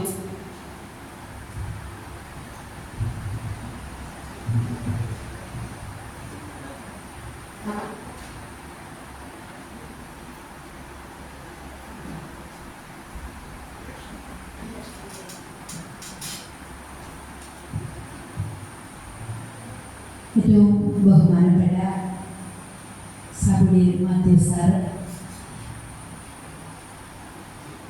സദസ്സിലുള്ള മാതാപിതാക്കൾ, അധ്യാപകർ, നമ്മളെ സഹായിക്കുന്ന കുട്ടികൾ, ഈ ഒരു സമ്മേളനത്തിന് ഔദ്യോഗികമായിട്ട് ഒരു നന്ദി വളരെ പെട്ടെന്ന് ഞാൻ പറയണമെന്ന് ആഗ്രഹിക്കുകയാണ്. നമുക്ക് ഈ ഉദ്ഘാടന സമയത്ത് ഈ പരിപാടിയുടെ തുടക്കത്തിൽ നമ്മുടെ ബഹുമാനപ്പെട്ട മാനേജറിലൂടെ ഉണ്ടായിരുന്നു. മാനേജർ രാവിലെയും നമ്മുടെ സമ്മേളനത്തിൽ പങ്കെടുത്തതാണ്. സാറിൻ്റെ ക്ലാസ് വളരെയേറെ നേരം ശ്രദ്ധയോടുകൂടി കേട്ടതിന് ശേഷം എന്തോ അത്യാവശ്യ കാര്യത്തിന് വേണ്ടിയിട്ട് അച്ഛനങ്ങ് പോയതാണ്. അച്ഛൻ ഇത്ര നന്നായി ഏതൊരു പ്രശ്നത്തിലും നമ്മളുടെ ഭാഗം കേട്ട് നമുക്ക് ആവശ്യമായിട്ടുള്ള കാര്യങ്ങൾ അത് കുട്ടികൾക്കാണെങ്കിലും അധ്യാപകർക്കാണെങ്കിലും പ്രിൻസിപ്പളിനും എച്ചമ്മനുമാണെങ്കിലും നൽകുന്നതിൽ ബദ്ധശ്രദ്ധനായിട്ടുള്ള ഒരു വ്യക്തിയാണ്. എല്ലാവരുടെയും പേര് ഈ യോഗത്തിൽ സംസാരിച്ചത് അച്ഛൻ്റെ അസാന്നിധ്യത്തിലും നന്ദി പറയുകയാണ്. ഇനി ബഹുമാനപ്പെട്ട സാബുടി മാത്യു സാർ ഈ വേദിയിലിരുന്ന ഞങ്ങളുടെ തലമുറയിലുള്ള ആൾക്കാർ, നിങ്ങളെല്ലാം കുറച്ചുകൂടെ പ്രായം കുറഞ്ഞവരാണ്. ഞങ്ങളുടെ തലമുറയിലുള്ള വ്യക്തികൾ വളരെ നമ്മുടെ ബാല്യകാലത്തിലേക്ക് തിരിച്ചു പോയ ഏതാനും നിമിഷങ്ങളല്ല, ഒരു മണിക്കൂറാണ് കടന്നുപോയത്. ഞാൻ അപ്പോഴൊക്കെ മനസ്സ് വിചാരിക്കുമായിരുന്നു, അന്ന് ആ തന്ന ഡയറക്ഷൻസ് വളരെയേറെ ജീവിതത്തെ സഹായിച്ചിട്ടുണ്ട്, വളരെയേറെ സഹായിച്ചിട്ടുണ്ട്. ഇന്ന് കാലം മാറി. പലപ്പോഴും കുട്ടികളുടെ ബിഹേവിയർ അധ്യാപകർക്കും മാതാപിതാക്കൾക്കും മനസ്സിലാകാത്തതായി. അതിൻ്റെ അടിസ്ഥാന കാരണത്തിലേക്ക് ചിന്തിക്കുമ്പോൾ നമ്മൾ എന്ത് പഠിപ്പിച്ചോ അല്ലെങ്കിൽ എന്ത് പ്രോത്സാഹിപ്പിച്ചോ നമ്മൾ എന്തിനെ അംഗീകരിച്ചോ അത് തന്നെയാണ് നമ്മുടെ കുട്ടികൾ കാണിക്കുന്നതെന്ന് വ്യക്തമാണ്. അപ്പോൾ പുതിയതിനെ സ്വീകരിക്കേണ്ടതുമല്ല, പഴമയുടെ നല്ല അംശങ്ങൾ നമ്മുടെ കുട്ടികളിലേക്ക് പകർന്നു കൊടുക്കാനായിട്ട് ശക്തമായൊരു ബോധവൽക്കരണം നൽകിയ നമ്മുടെ കുട്ടികൾ എന്തൊക്കെ ചെയ്യണം, നമ്മുടെ മാതാപിതാക്കൾ എങ്ങനെ ശ്രദ്ധിക്കണം ഒരു തലമുറയ്ക്ക് വേണ്ടി എന്നതിന് വ്യക്തമായ മാർഗനിർദ്ദേശങ്ങൾ നൽകിയ ബഹുമാനപ്പെട്ട സാബുടി മാത്യു സാറിന് മുഴുവൻ മാതാപിതാക്കളുടെയും സ്കൂളിൻ്റെയും മാനേജ്മെൻറ്റിൻ്റെയും പേരിൽ ഹൃദയം നിറഞ്ഞ നന്ദി അറിയിക്കുന്നു. സ്വാഗതം ആശംസിച്ച മിനി ടീച്ചറിനും ഈ പ്രോഗ്രാം വളരെ മനോഹരമായിട്ട് കണ്ടക്ട് ചെയ്തുകൊണ്ടിരിക്കുന്ന, രാവിലെ തൊട്ടുള്ള പ്രോഗ്രാം കണ്ടക്ട് ചെയ്തുകൊണ്ടിരിക്കുന്നത് ഇവിടുത്തെ അധ്യാപകരും അനധ്യാപകരുമാണ്. ദിവസങ്ങളായിട്ട് ഇതിനു വേണ്ടി പരിശ്രമിച്ചുകൊണ്ടിരിക്കുകയാണ്. അവർക്ക് ഓരോരുത്തർക്കും പ്രത്യേകമായിട്ട് നന്ദി പറയുകയാണ്. ഇനി ഇന്നത്തെ ഈ ഉച്ചകഴിഞ്ഞുള്ള പ്രോഗ്രാം അത് പ്രയോജനപ്പെടുത്തേണ്ടത് മാതാപിതാക്കൾ ഓരോരുത്തരുമാണ്. വളരെ ശ്രദ്ധാപൂർവ്വം, കുറച്ച് പേരേ ഉള്ളൂ, +1 വന്നില്ല, അതിൻ്റെതായ കുറവുകളൊക്കെ ഉണ്ട്. അതുകൊണ്ട് കുറച്ച് മാതാപിതാക്കളെ ഇവിടെ ഉള്ളെങ്കിൽ വളരെ താല്പര്യത്തോടെ ഇവിടെ എത്തി ഈ പരിപാടിയിൽ ശ്രദ്ധാപൂർവം സഹകരിക്കുന്ന നിങ്ങൾ ഓരോരുത്തർക്കും ഹൃദയം നിറഞ്ഞ നന്ദി അറിയിക്കുകയാണ്. നമ്മളെ സഹായിക്കുന്ന നമ്മുടെ ഹൈസ്കൂൾ, ഹയർ സെക്കൻഡറി സ്കൂളിലെ കുട്ടികൾക്കും ഓരോരുത്തർക്കും എല്ലാവർക്കും പ്രത്യേകം നന്ദി പറഞ്ഞുകൊണ്ട് നിർത്തുന്നു. മാതാപിതാക്കൾ ഇനിയുള്ള ഇലക്ഷൻ കാര്യങ്ങളിലെല്ലാം കഴിഞ്ഞിട്ടേ പോകാവുള്ളൂ. കാരണം കുറച്ച് പേരെ എത്തിയിട്ടുള്ളൂ. അതുകൊണ്ട് ഇനി വേഗം ആരും പോകാനായിട്ട് പരിശ്രമിക്കരുത്. ഇലക്ഷനെല്ലാം കഴിഞ്ഞേ പോകാവുള്ളൂ എന്ന് ഓർമ്മിപ്പിക്കുകയും ചെയ്തുകൊണ്ട് നിർത്തുന്നു. നന്ദി, നമസ്കാരം.